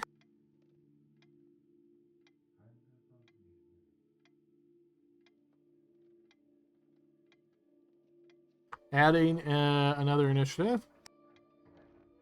Okay, so you hear the sound of that door being thrown open. Tavern is not awake. The rest of you guys are not awake. All right, so now what you hear, Vin, is footsteps. Attempted quiet footsteps, I will say. And you hear the sound of almost like a rustle coming through the doorway. It is now your turn. Does it seem like that rustle is further away or closer? About the same distance. Okay. And remind me, how long does it take to don armor? If it's leather. On the armor type. I want to say for leather, it might be in action. Hang on. Yeah, it's like one action or something. I think medium is like. I thought it was a minute too. Maybe. I think for I think a shield is one action. It's a 1, 5, 10, if I remember. Unfortunately, that does not show up in the compendium. Let me just pull up a copy of the book real quick.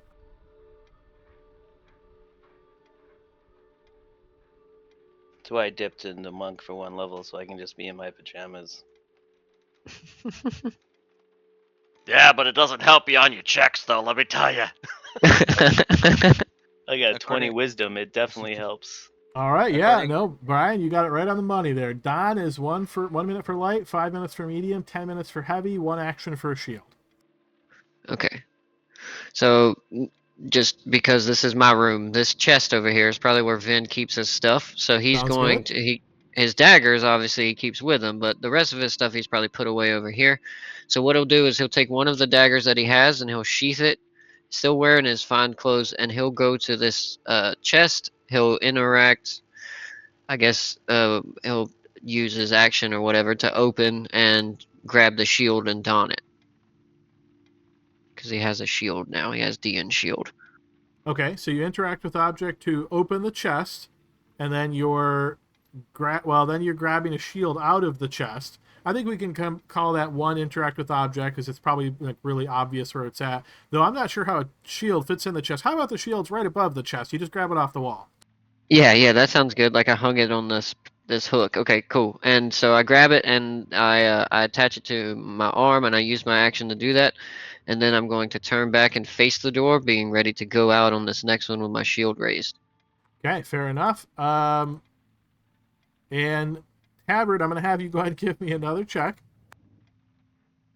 He's slaying dragons, alright. Sawing logs, one of the two. What's that movie? Reign of Fire. That one with Michael McConaughey where he fights dragons. You remember that one? That one is pretty decent. Yes, I like that one. It's a good one. His death is the coolest one. Okay, so Tabard, yeah, man, that is a comfortable bed. That is, woof, that's nice. Okay, Oh, the comforts. Got this Try warmer cutting and your everything. throat. from where you're standing now, Ven, you got your shield just finally equipped.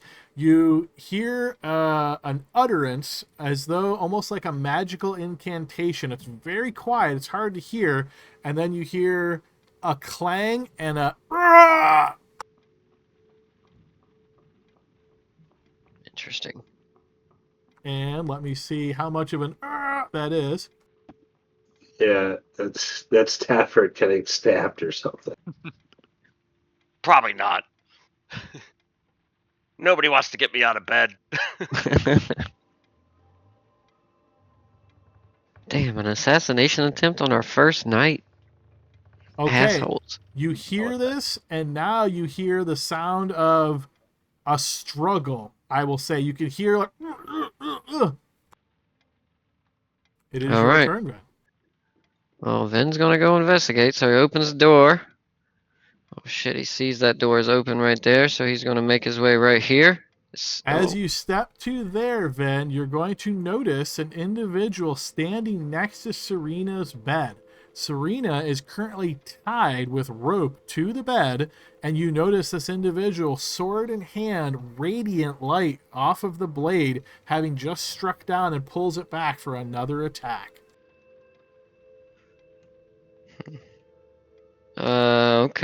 Okay. I'm going to step in and say, I'm going to shout, "Intruder!" as I step in, and I'm going to raise my blade and say, "Who are you? Stop it!" Stop. You're hurting my feelings. Are you drinking? Come on. Just kidding. Gosh, I'm playing Vin, of course. Vin's going to stab her in the throat at him. Well, it's your turn. Is that what you're wanting to do?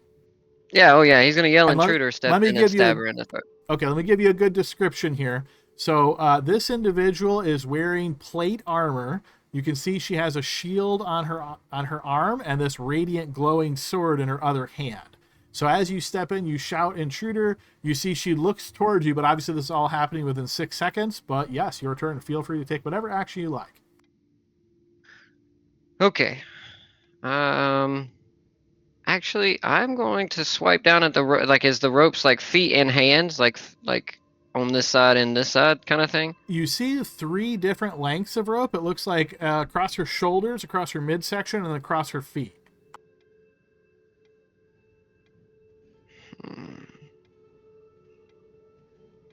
Yeah, I don't want her to keep stabbing her, so I'm going to attack her. It's a confusing scenario, but I mean, is she wearing any kind of significant like tabards or anything? I'm just gonna stab her. Fuck it. Well, actually, let me make that a little bit more clear because it is nighttime. Are you using a light source of some kind? No. But it's a full moon and there's lots of windows and no one closes the drapes in the windows. Yeah, I mean, I was going based on the fact that the lights are on in here, that, there's torches and stuff in the Well, hallways. let's be honest. He What is about afraid of the dark, and he's got his night lights on anyway at all times. what about the I do. woman's glowing sword? It's not glowing enough to like illuminate the room. Okay, so you know why you can see right now is your token is set with light 20 feet and Yeah, 20 feet. So it looks I like just that turned was it off. Okay, so I'm gonna. Yep. All right. Well, if that's the case, then I wouldn't even know. So, I mean, I would be probably back here, and I can't see shit. But I really, will there's say no you can torches see in the hallways? There's not. No, I mean it's nighttime, so anything like on the walls and stuff would have been, essentially. I'm trying to think of the appropriate term, but the torches they would hang, they would like snuff them to turn them off because it's nighttime. People are sleeping. We got to fix that.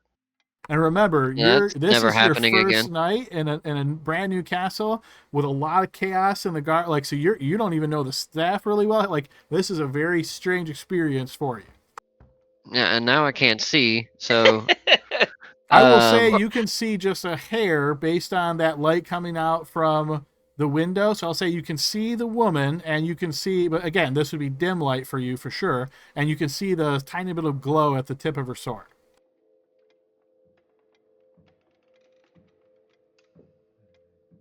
yeah, I know. But if I didn't have light on my token, I would have fucking torched up in the bedroom. You know what I mean? And it would have been a whole different scenario with my hands. So I'm just gonna.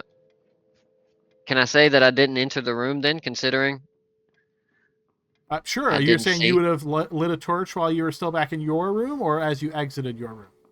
Well, I mean, if I can't see, then yeah. I mean, Vin doesn't wander around in the dark. He's never done that. So, I mean, how about we say that you turned a lamp on, and you can bring a lamp with you? All right. What would that be, like a torch in terms Not of light? nearly as much, no. All right. So then he There's your wouldn't have. lamplight. Yeah, he wouldn't have a shield then. He would just have his dagger and the lamp. So he'll still yell intruder, Okay. and uh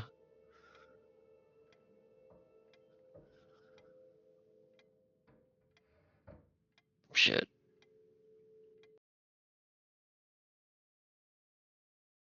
We'll say that the dagger that he has is not the one that has the Ankara stone in it. That one's the one in his sheath, and so he has his other dagger, and he's just gonna take a throw at her Okay. to kind of get her attention.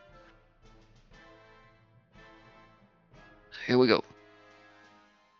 You throw the dagger, aiming right for her chest, and you see she brings up that shield, blocking your dagger. Who are you? And that'd end my turn, I guess. I'll move back because I'm sure Tavard heard me, so I'll give him some You hope space. so, but after those checks, I'm not so sure. All right, so with this And I'll bit yell of... up the stairs too, I suppose. All right, so as you're shouting with this big of commotion, and because it's otherwise very quiet here at night, I'm going to allow every person at the beginning of their turn to give a check to see if they are awoken. So, Deanne, go ahead and give me a blind check, please. I put my reading glasses on. Oh. You just barely hear this sound. It seems like it's far away. You try to listen carefully, again, as you have these open windows nearby you, and it sounds like Vin shouting. It is your turn. You are free to act. All right, and no long rest, right? It's middle of the night. Correct. Okay, then I'm gonna snap my fingers, produce flame. I just put it Did in you my attune hand. to the tentacle rod? Well, I didn't think it was consequential, so I did not say so prior to Boom! going That's a to no. I ever heard one.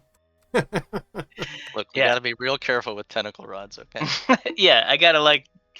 All right, He so was I've really got talking himself into it. produce flame. Let's see that one. What is that? 10-10? 10-10. Okay, so yours is also a little bit too much. Let me give you the 10-10.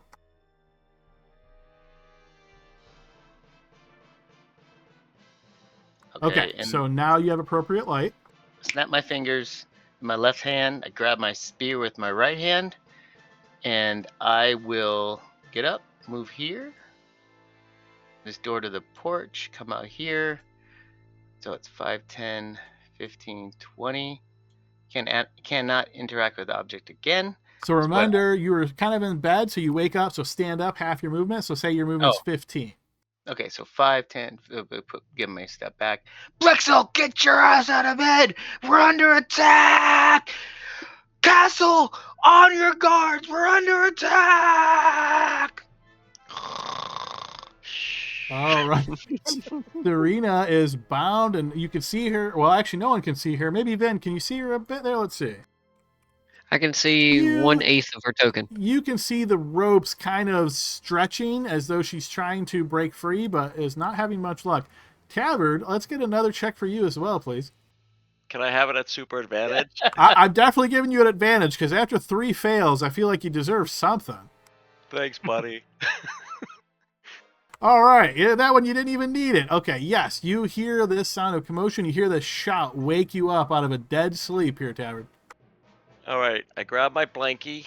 No, okay. Pull it up. Take your Hide CPAP sheet off your head. All right, so I'll go ahead and do half my movement to get out of my bed. Okay. And then I'll go ahead and move to the door.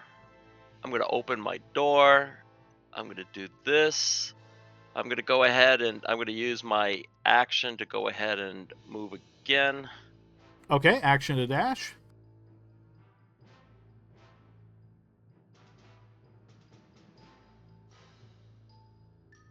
And that'll put me there.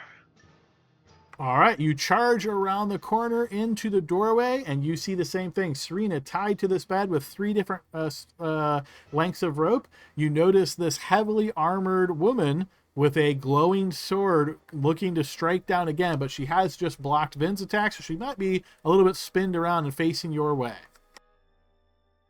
All right, and then, so that's all my movement and everything. I'm going to go ahead and I really don't want to use a keep point right now. I don't think there's anything other I can other than moving. Okay, what I'm going to do though is I am going to go ahead and use my key point, I guess. 4.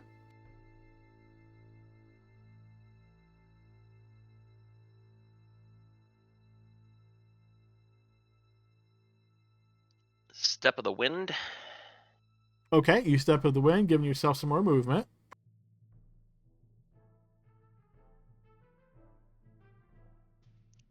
Am I able to do anything like, since she's on the ground, can I jump up on the bed and kind of guard her body since she's prone?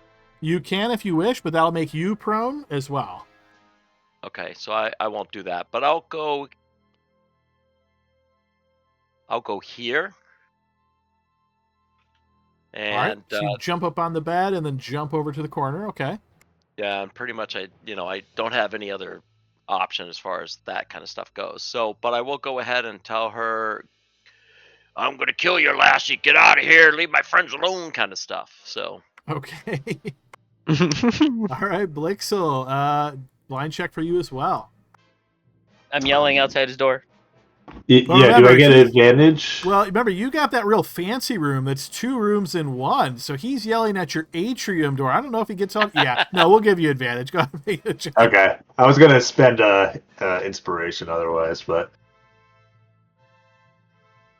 Yes, you hear this shouting from right outside your door. So a little distance away from you, but yes, you certainly hear it. Okay. And Blixel sleeps with his swords? Like how people sleep with teddy bears and stuff like that? As you do. Well, Gale slept with his shield all the time on his arm. So and his armor just magically appeared on him whenever he needed it. I remember. So he pops up from bed with the swords in hand and just starts sprinting, I guess. Okay. So standing up from him prone, that'd be half your movement. Feel free to spend the rest. Okay. So we'll get there and then dash.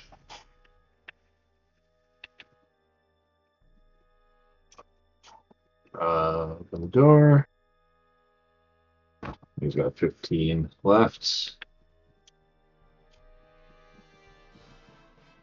It came from the south, right? You were woken up out of a dead sleep from your bed. It came from the west. Okay. I don't know where it's coming from, but someone's in the castle. All right, I'm going to hear them. Here. That's the end of his turn, unfortunately. Okay. And saline check. Yes, you also hear this sound. From where you're currently at, it's a bit muffled. It sounds like it's coming from, I would say it's coming from your north, saline. From my north. Yes. Okay. Well, she'll get out of bed. So what sound do I hear? Is it Vin screaming, or is it who's screaming right now? Who am I hearing? You're hearing Vin scream from your position. Okay. Which is weird because he should be below me, I think. So Saline will get out of bed, so that's 15 feet of movement. I guess all her shit is probably still in her pack. I think she probably we've been out and about for 5 sessions worth of stuff, and we just sat through like a 4-hour meeting, so she probably just dropped her shit and went straight to bed. So I'm gonna The girl at the messy room. There's just stuff everywhere. look. It's contained, okay? It's an ordered chaos. So 20, 25, wherever the pack is, I will grab my spell component pouch because I kind of need that to do anything. Okay, And sure. so is that interact with object? Yes. Yeah. And then I'll action grab the shield, and then I won't, obviously I don't have an ability to don it yet, but I will move my remaining movement here, and that's all I got because I gotta equip myself. Fair enough. All right, we move to the assailant's turn. As you nimbly jump over, you see she looks towards you, tabard, blade in hand, but she says, "This undead creature has you under her power. Let me vanquish her," and strikes down once again. All right, I use my reaction to say, please don't.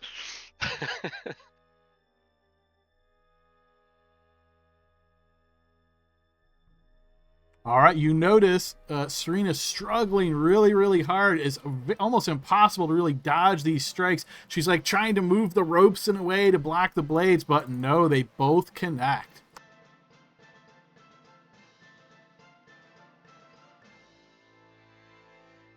And this knocks Serena unconscious. Vin, your That's turn. what she gets for not being here tonight. I'm just telling you. Aw, man. I'm in Europe, whatever. Taylor Swift concert. All right, Vin's gonna come in here and and seeing that happen, he's going to. He doesn't want her to take another hit, so he's gonna use his cunning action to disengage and move to here, and then he's gonna use his dagger master to kind of slash at the ropes and see if he can free her. Okay, yeah, go ahead and make a attack roll with your dagger.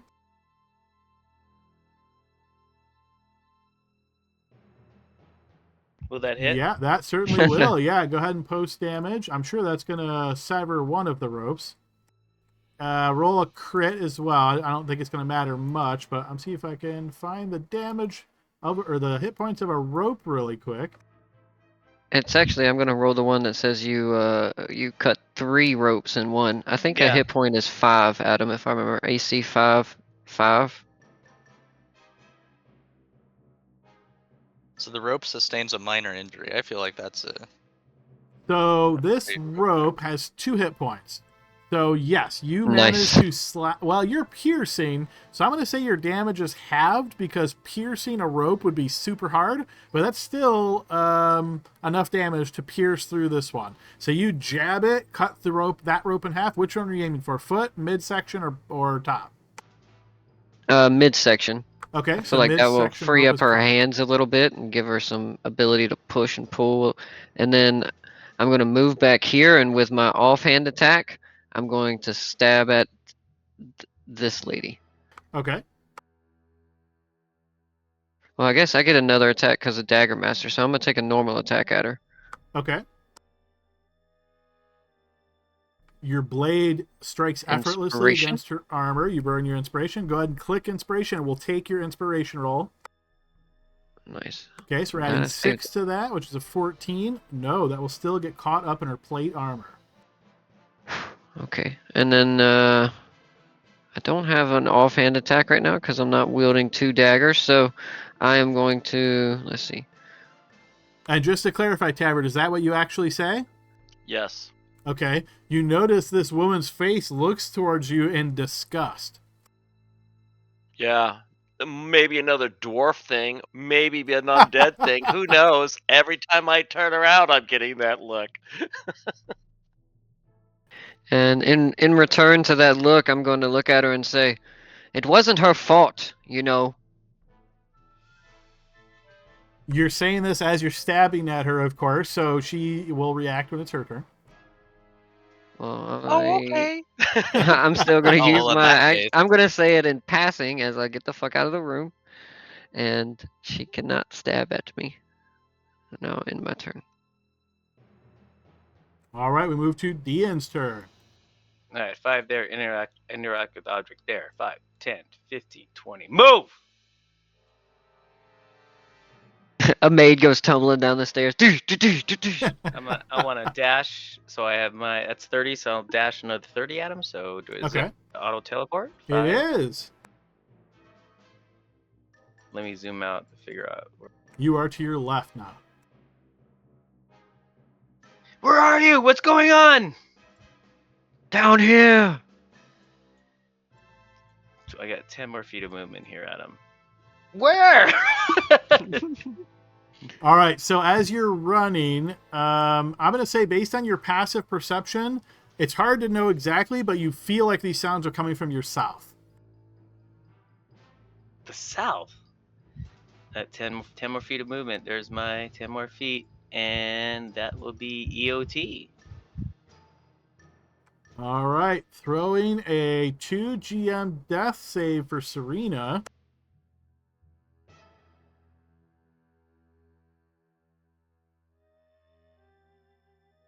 Holy moly. Okay.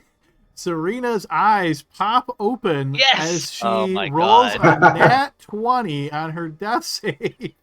Okay, so we're Wow. going to give her 1 HP. And she has her She gets action. her action. Yeah, So right. being That's cool. quite hurt. Let's see. I don't know if she has any healing stuff on her. She Okay. has her little Ankara thing, which is her ring. And it costs a hero point. Does she have a hero point?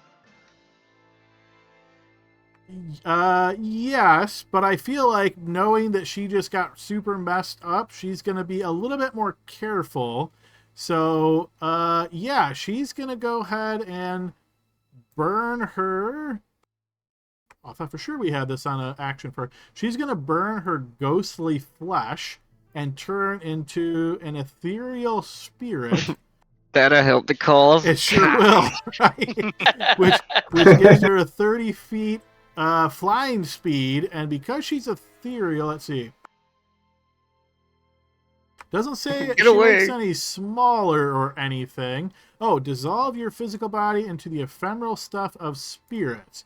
So I'm going to say that allows her to get out the window. So she goes out the window into the night sky. Nice. Oh yeah. Great, you scared her off. All right, Tavard, your turn. You know So how long it took her to find her last time? So question, did we have a short rest or anything like that since we've been here for 5 sessions or whatever? No, not unless you intentionally said you were taking one. Because again, I only monitor those, and sometimes you might think, I don't think I need this, so you don't take one. And then like crazy things happen, like you get attacked in the middle of the night. Yeah, I just realized, okay, I only have one more key point. So, alrighty, I'm gonna go ahead and shoot. Since she's out of here, I wanted to go ahead and use a key point for, obviously stunning strike, but instead I'm gonna go ahead and do my deal for.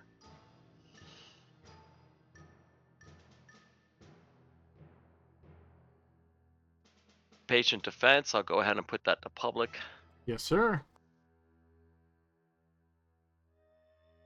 So at least I get advantage on the swings. I'm going to go ahead and swing at her twice. That's done with my key points. I have keys listed twice on my thing, so I thought I had more key points. So anyway, but so I'm going to go ahead and swing with. I did not grab my Warhammer, I'll say, because I didn't say it when I was in the room. Okay. But I'll go ahead and, fisticuff her a little bit. So I tell her, I say, she's gone, she's our friend, and she ain't one of the undead you think. We didn't see what just happened. that didn't happen. That wasn't true. Your unarmed strike does indeed connect, wounding her, as does the second, wounding her again. And now that I hit you twice, can we just stop it? I love how you guys is like in battle diplomacy is always, I hit them twice and then say, hey, let's stop fighting. Yeah, All well, right. I don't have any You got to secure the advantage, right? They're not going to listen unless you show them who's boss. I would have studied Striker if I had my 5, but.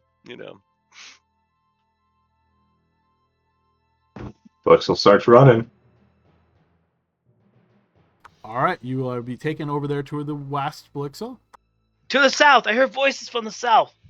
Now, keep in mind, you're coming down the top of a staircase, so if you jump over to the right, that's like jumping off the stairs. All right. Can I go diagonal from here or Yes. sideways from here onto Dean? I would say you can even go diagonal from here. That's like a 4-foot drop, so that's not going to hurt you. Okay, so I'm going to start dashing then because I hit 30 right there. So Okay. dash here.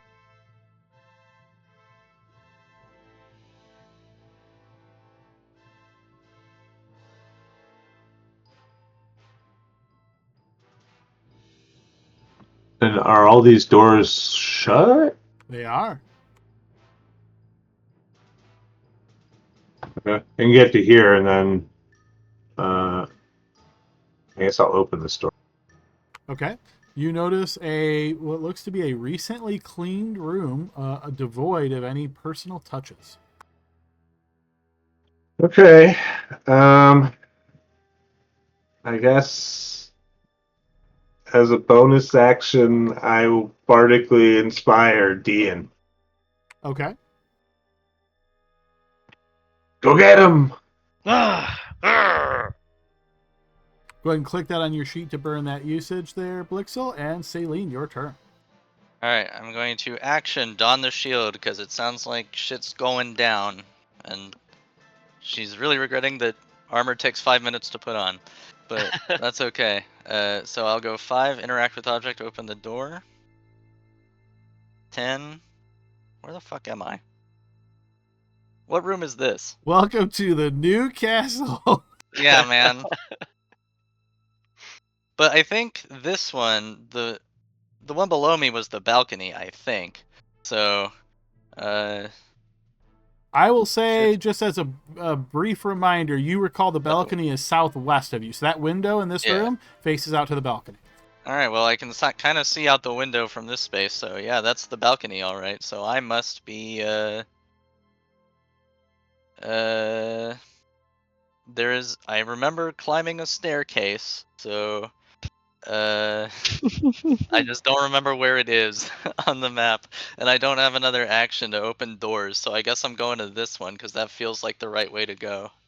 Okay. That's all I can do. All right, back over at her turn. You see she looks towards you, Tavern, and she says, "You are still under the creature's effects. I will dispel this from you." And she strikes out at you twice. I will need 2 defense rolls. She's going to try to do it with blood, huh? Nice way to... You evade her first strike, and because you have advantage, you evade the second one as well. Nice. Okay, Vin, your turn. I'm gonna say, look! Stop attacking. No one here is undead. She is perfectly fine, although she did just turn into a ghost, I get that.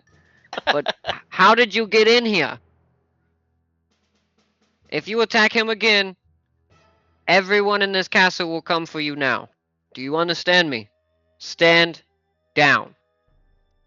All right, you say this. And I will take a dodge action, I suppose. Okay. Ian, your turn. We're under attack on the 3rd floor! All guards, protect the region! 3rd floor! 5, 10, 15, 20,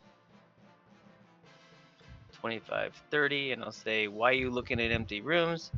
I will dash 5, 10, 15, 20, He's over here!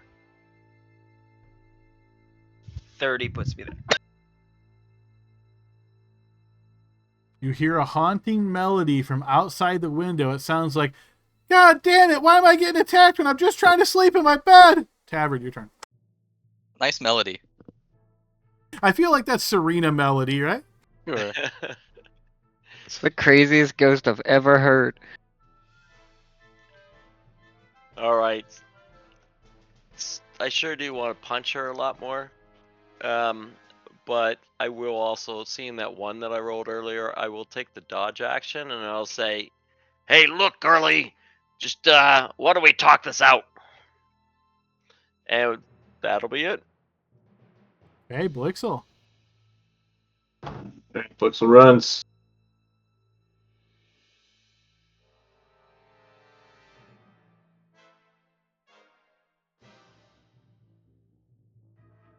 He's just gonna dash.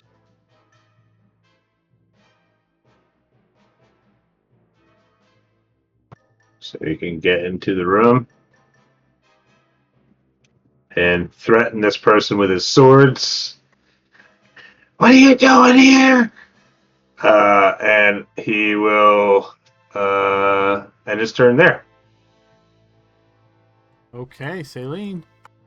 All right. Well, this is no. Oh, this is actually. You said it came to from my north, right? I did, yes. Okay. And I kind of went northwest, but I think, since I'm already here, I might as well open this door with interact with object, right?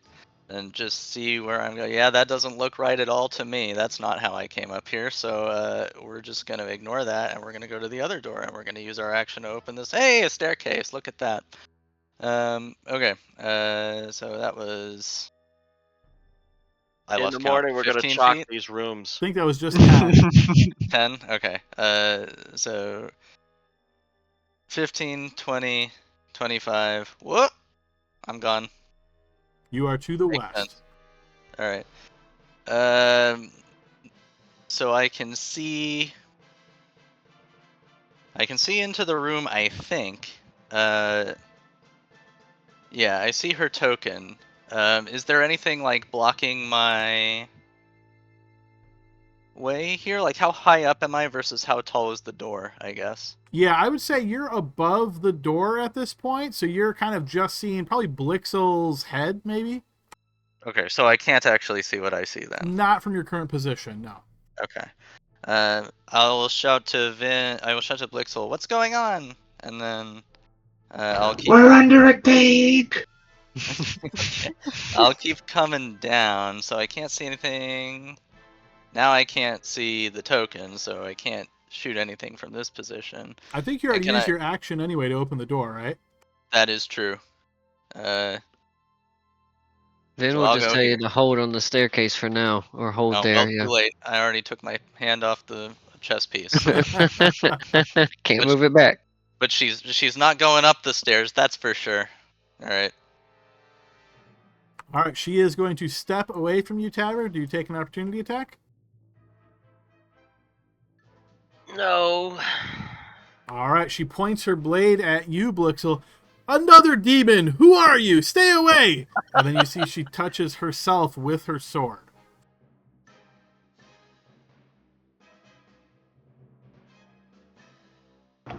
And you notice that radiant light seems to encircle her.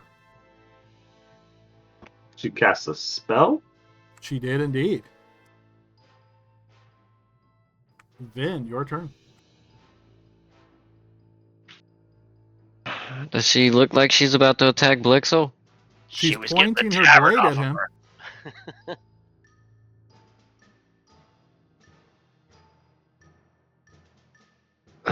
Okay. So seeing that my homies have showed up, I'm gonna say fuck, and I'm gonna run back into my room, and I'm going to, with the chest now open, I'm going to grab out. I'm gonna sheath my dagger that I have, my Ankara dagger, and I'm gonna reach in and I'm gonna sling my quiver over my shoulder and grab my short bow, Okay. and then I'll run back out to here, and then I'll take a cunning action to dash past up to here. Oh, I didn't mean to teleport. I want to be at the top of the staircase. Can I teleport back and be where that token would be, Adam? Is that possible? Yes. If you step back to it, it'll just leave you right there.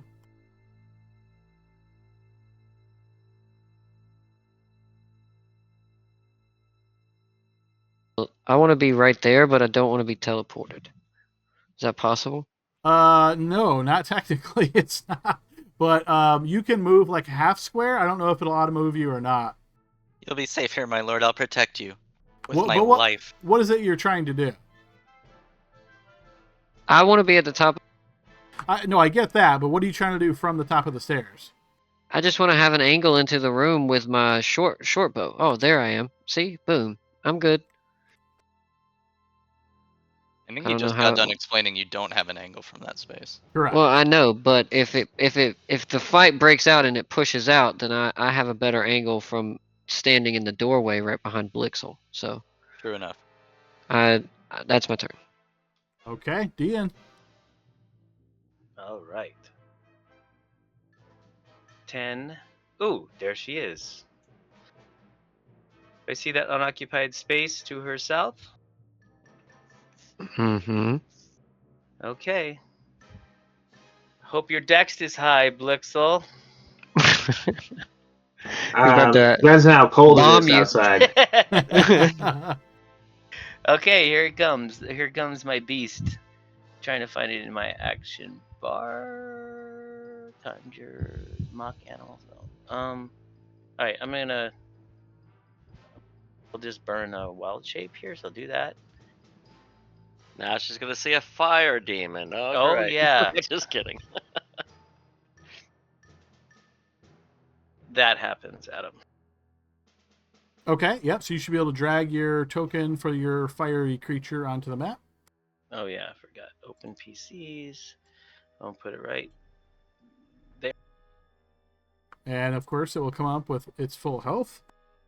There we go. Okay, everyone within it, within 10 feet of the sphere, other than me, must make a dexterity saving throw against my spell save DC. All right, go ahead and give me a spell effect roll for her. The other two of you can go ahead and make dexterity saves.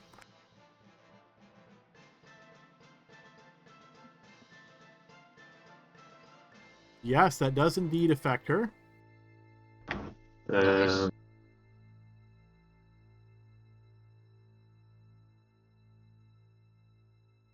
I'm having an issue with my character sheet, I think. Not allowing you to throw a dex save? Yeah, it says no character was found. I think maybe because I changed my name on the character sheet. That could be, yes. And you used a bunch of, or used the quotes. So I think that might mess things up. Okay. Should I just take that out? I would, yeah. Like a title like that, I would probably just throw in your display name if you want it there, but not on the actual character sheet.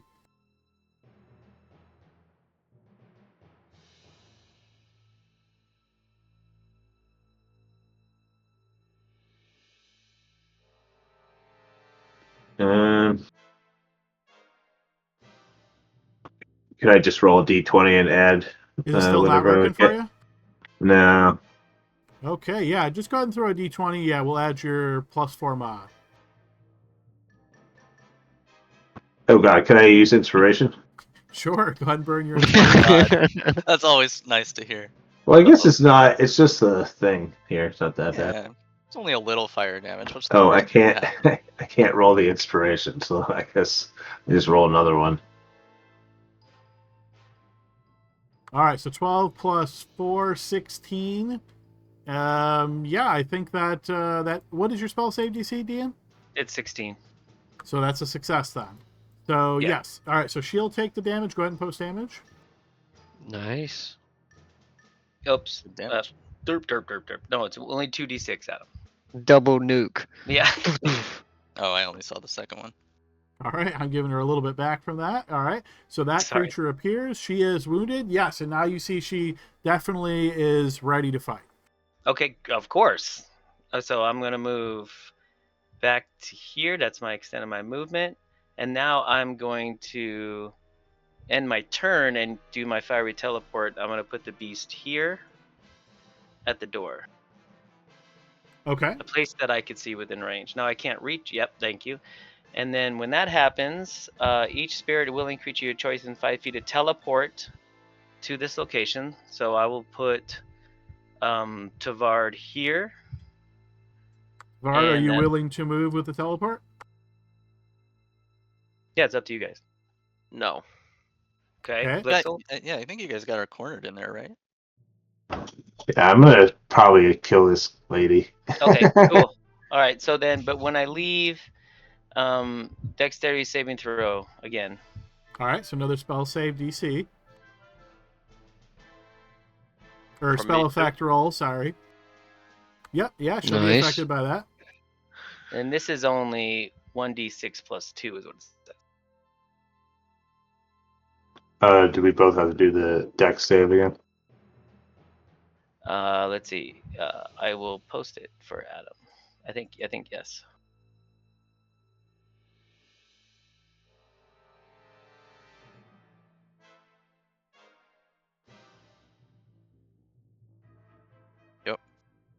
Yes. Yep.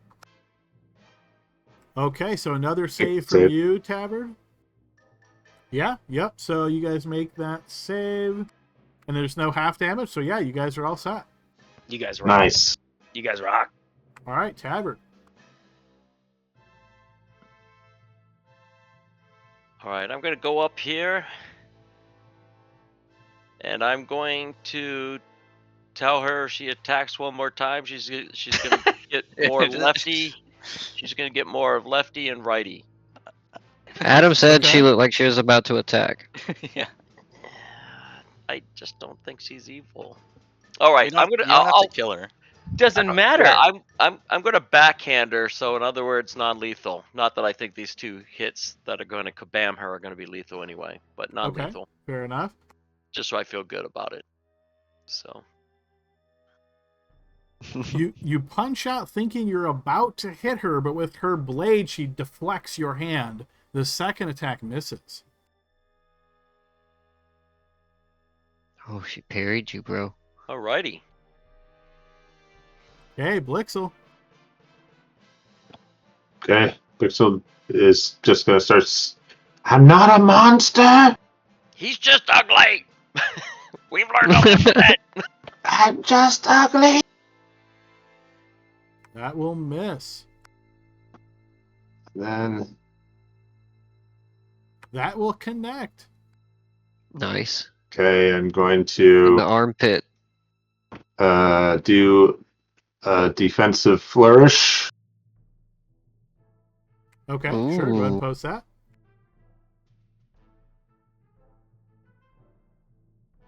If you can. Oh, okay. Yeah, Yeah. you fixed your name. Okay, so you're right. All right, I think you're good now. Yeah, I just had to change it back to whatever it was before. Defensive flourish. Okay, extra damage and a plus to your AC. Okay. So it's just a decent. Okay, so you'll get to add 4 to your defensive rolls till the start of your next turn. 4 extra damage. Go ahead and post damage.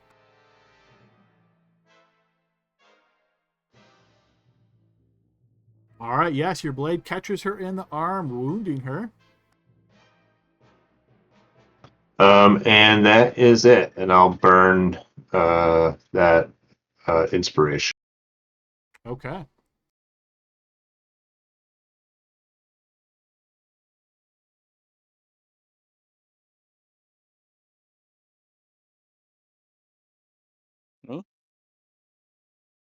Indeed. Okay. So they're fighting over there. I'm gonna have to move through the lion's space here. So I will go. I can do that, right? The lion's not engaged right now? No. Okay, so 5, He gives you a headbutt as you come by. 10. Provoking. Well, I guess. Do you think she would get an opportunity? I already moved, but so do you think she would get an opportunity attack if I? Not through Since moving it's kind through of that the angle. spirit, Yeah. no. Okay. Well, I can see her, and so I will. Yeah, the best thing I have here, I have an option, but she goes right after me, so she can shake it, and is likely to.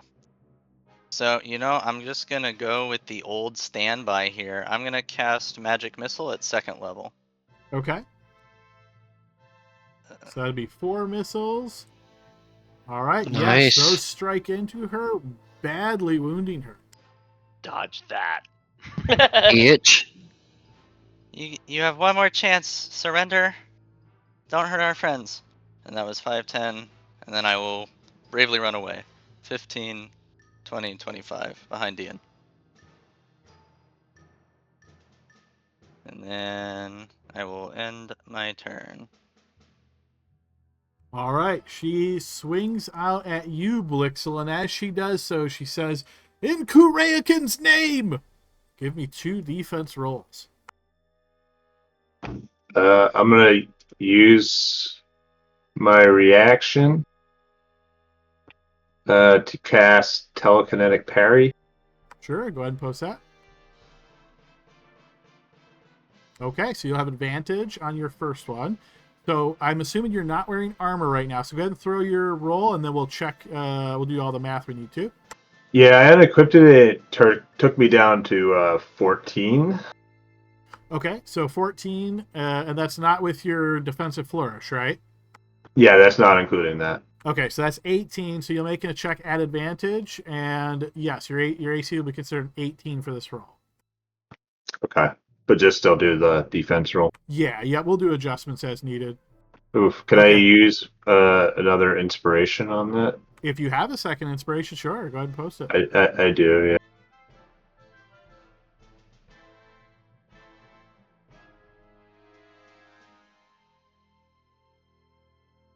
Oof. Okay, 10. so you have a right. So technically, your first roll was better than that. So I'm going to keep your first roll, and that gives you a 4 plus an 8, which gives you a 12.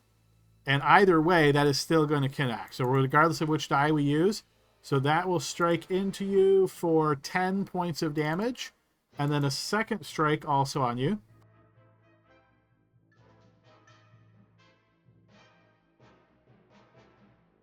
That one, you will manage to evade her strike. Then. Okay. Then we'll come down the stairs and come into that spot that Saline left open. That's a tricky angle for a bow shot, wasn't it, Adam? I guess That if I would be was a very tricky shot. That's all right.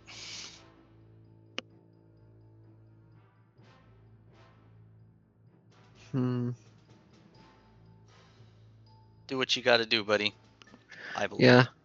I'll say I put the lantern on the ground and then I kind of take a breath and I draw an arrow from the quiver and I kind of aim down towards like her where like the armor and her plate armor separates at the knee and I'm gonna try to hit her like right in the calf. Okay. An arrow to the knee, perhaps.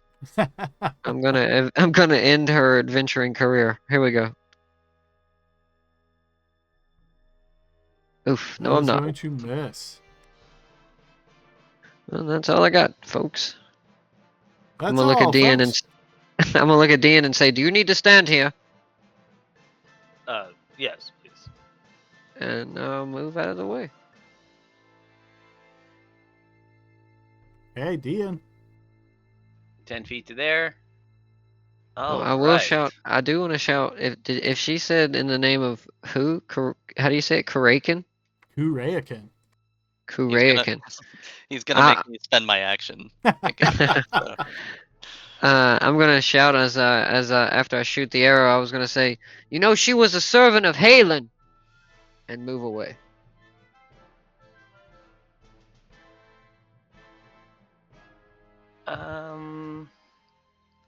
Adam, if I use the thorn whip and it says you pull the creature 10 feet closer to you, would it occupy my spirit space, or if it were to hit in this awkward angle? I would say no, because you'd have to pull her through Blixel space, and you can't force movement that way. Yeah, okay, roger that. Sending it. With my free hand, thorn whip. That will also miss. As you try to aim between the wall, Blixel, it hits the top. Don't worry, Ian. Don't forget what Buxel said to you. Oh yeah, he said I could do it. You can do it. You make your way back up the stairs.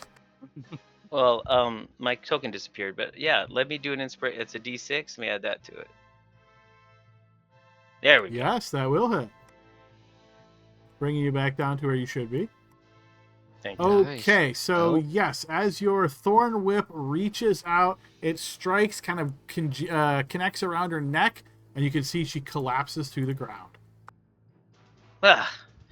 Any other threats? All right, folks, we are out of battle. Well, I'm gonna run in and spare the dying her because we need answers, right? And I'm gonna Unless anyone remove stops her me. weapon. No, I'll I agree. put that. I'll grab a weapon and things like that. I'll stand in front right here. All right, go ahead, post your spare the dying there, Saline. Yeah, you got it. And Tabard, you have taken her long sword. Does she have any other weapons on her that's visible? Yes, you see on her back she has a heavy crossbow, and there is a quarrel case at her side. All right, I'll take the heavy crossbow as well. Okay. Since I don't get paid for my adventuring days here, saving this poor guy over here, I'll go ahead and sell these later. Yep, thank you. Yeah, 2 more for your armory, personal stash. Sell her armor. There's a glowing sword, I heard. All right. All With right. that done, I will inspect her regalia and see if I know anything about the god she follows, and like if they've got like an order of knights, like what she would be doing here. Although I think we have a pretty good guess. Sure, go ahead, give me a blind check there, Saline. So you've certainly heard of Kurayakin. You know him to be the son of Halen and Asiri. He is the god of battle. And what she's doing here, hard to say, but yes, you do notice that she has she's wearing this armor, and she has a sigil like burnt into her armor representing the lightning bolt of Kurayakin. We should take her effects and interrogate her. She seemed to be, well, we can guess as to why she was here. She found Serena, so did it seem? How did she get here? And why is she after her? Well, one thing I can tell you, she didn't come up the stairs by where I'm living, because I sleep, and I didn't hear a damn thing. I would have. I kind of eye Tavard and I say, I heard differently. I awoke She to must have her come to- throwing her shoulder into the door. And when I arrived, she was striking down at her. Tavard and I tried to free Serena and attack her. Serena took off out the window. She's over there somewhere I look in out her the ghost window. form. I don't think you see her. I'm imagining her sitting on the roof right now, just like, Is she okay? She's kicking her feet. She's fine. Yeah, she will Thought survive. she was dead, but she's a tough son of a bitch. She Yeah. popped right back up and shot out the window. We can't have this. As much of a weirdo Serena is. Do we want to put her in a room or a prison cell? I think we should get her out of this room, and I don't mean to sound crude or anything, but get her out of that armor in case she has some sort of cleric powers or something. I don't know how that stuff works. Well, The advantage is maybe we're the only ones who know about her break-in right now, so maybe we take one of these bedrooms we have, these extra ones, we force her in it, the ones with no windows, and we lock it. Of Yeah, we course, need after to guard binding here. her Yeah. completely, right? Yep. Yes, of course, but that way we can ask her questions first. No, Blixel, put the gag ball down. Yeah. We're just gonna tie her hands and her feet and legs. And I'm gonna Yeah. put after the spare the dying Adam, I'm gonna do a little pulse check. Is she alive? Did we get to her in time? Give me a blind check then.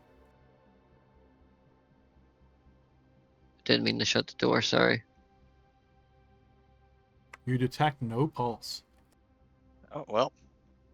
She may be dead, but I'm not really good at this. Well, let's still get her out of the armor.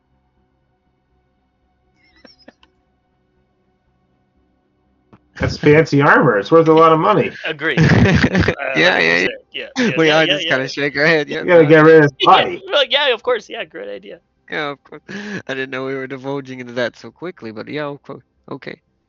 All right, as you guys stand over the body of this fallen warrior and decide what to do next, that is the end of our session, folks. So, hope you enjoyed this session. Yeah, I was really curious to see how well you guys would remember the layout of the castle. I didn't expect anybody to know it real well because you've only seen it once. So, even seeing where everything was without dynamic lighting, right? And then trying to remember, right? Like, totally changes your perspective once it's turned on. So, I don't know how many more, battles we will have in the castle. I think that'll really depend on your decisions, but it'll be interesting to see how that develops. So, yeah, great session, everybody. Hope you guys enjoyed it, and we will see everyone next week. Yep. Great job, guys. Bye. Nice. Sounds good. See you guys. Let I'm everybody glad I have don't a have to week. tell Libby that her character got killed. Have And her she watch didn't. the end at least. Better. All right, All later right, on. night, everybody.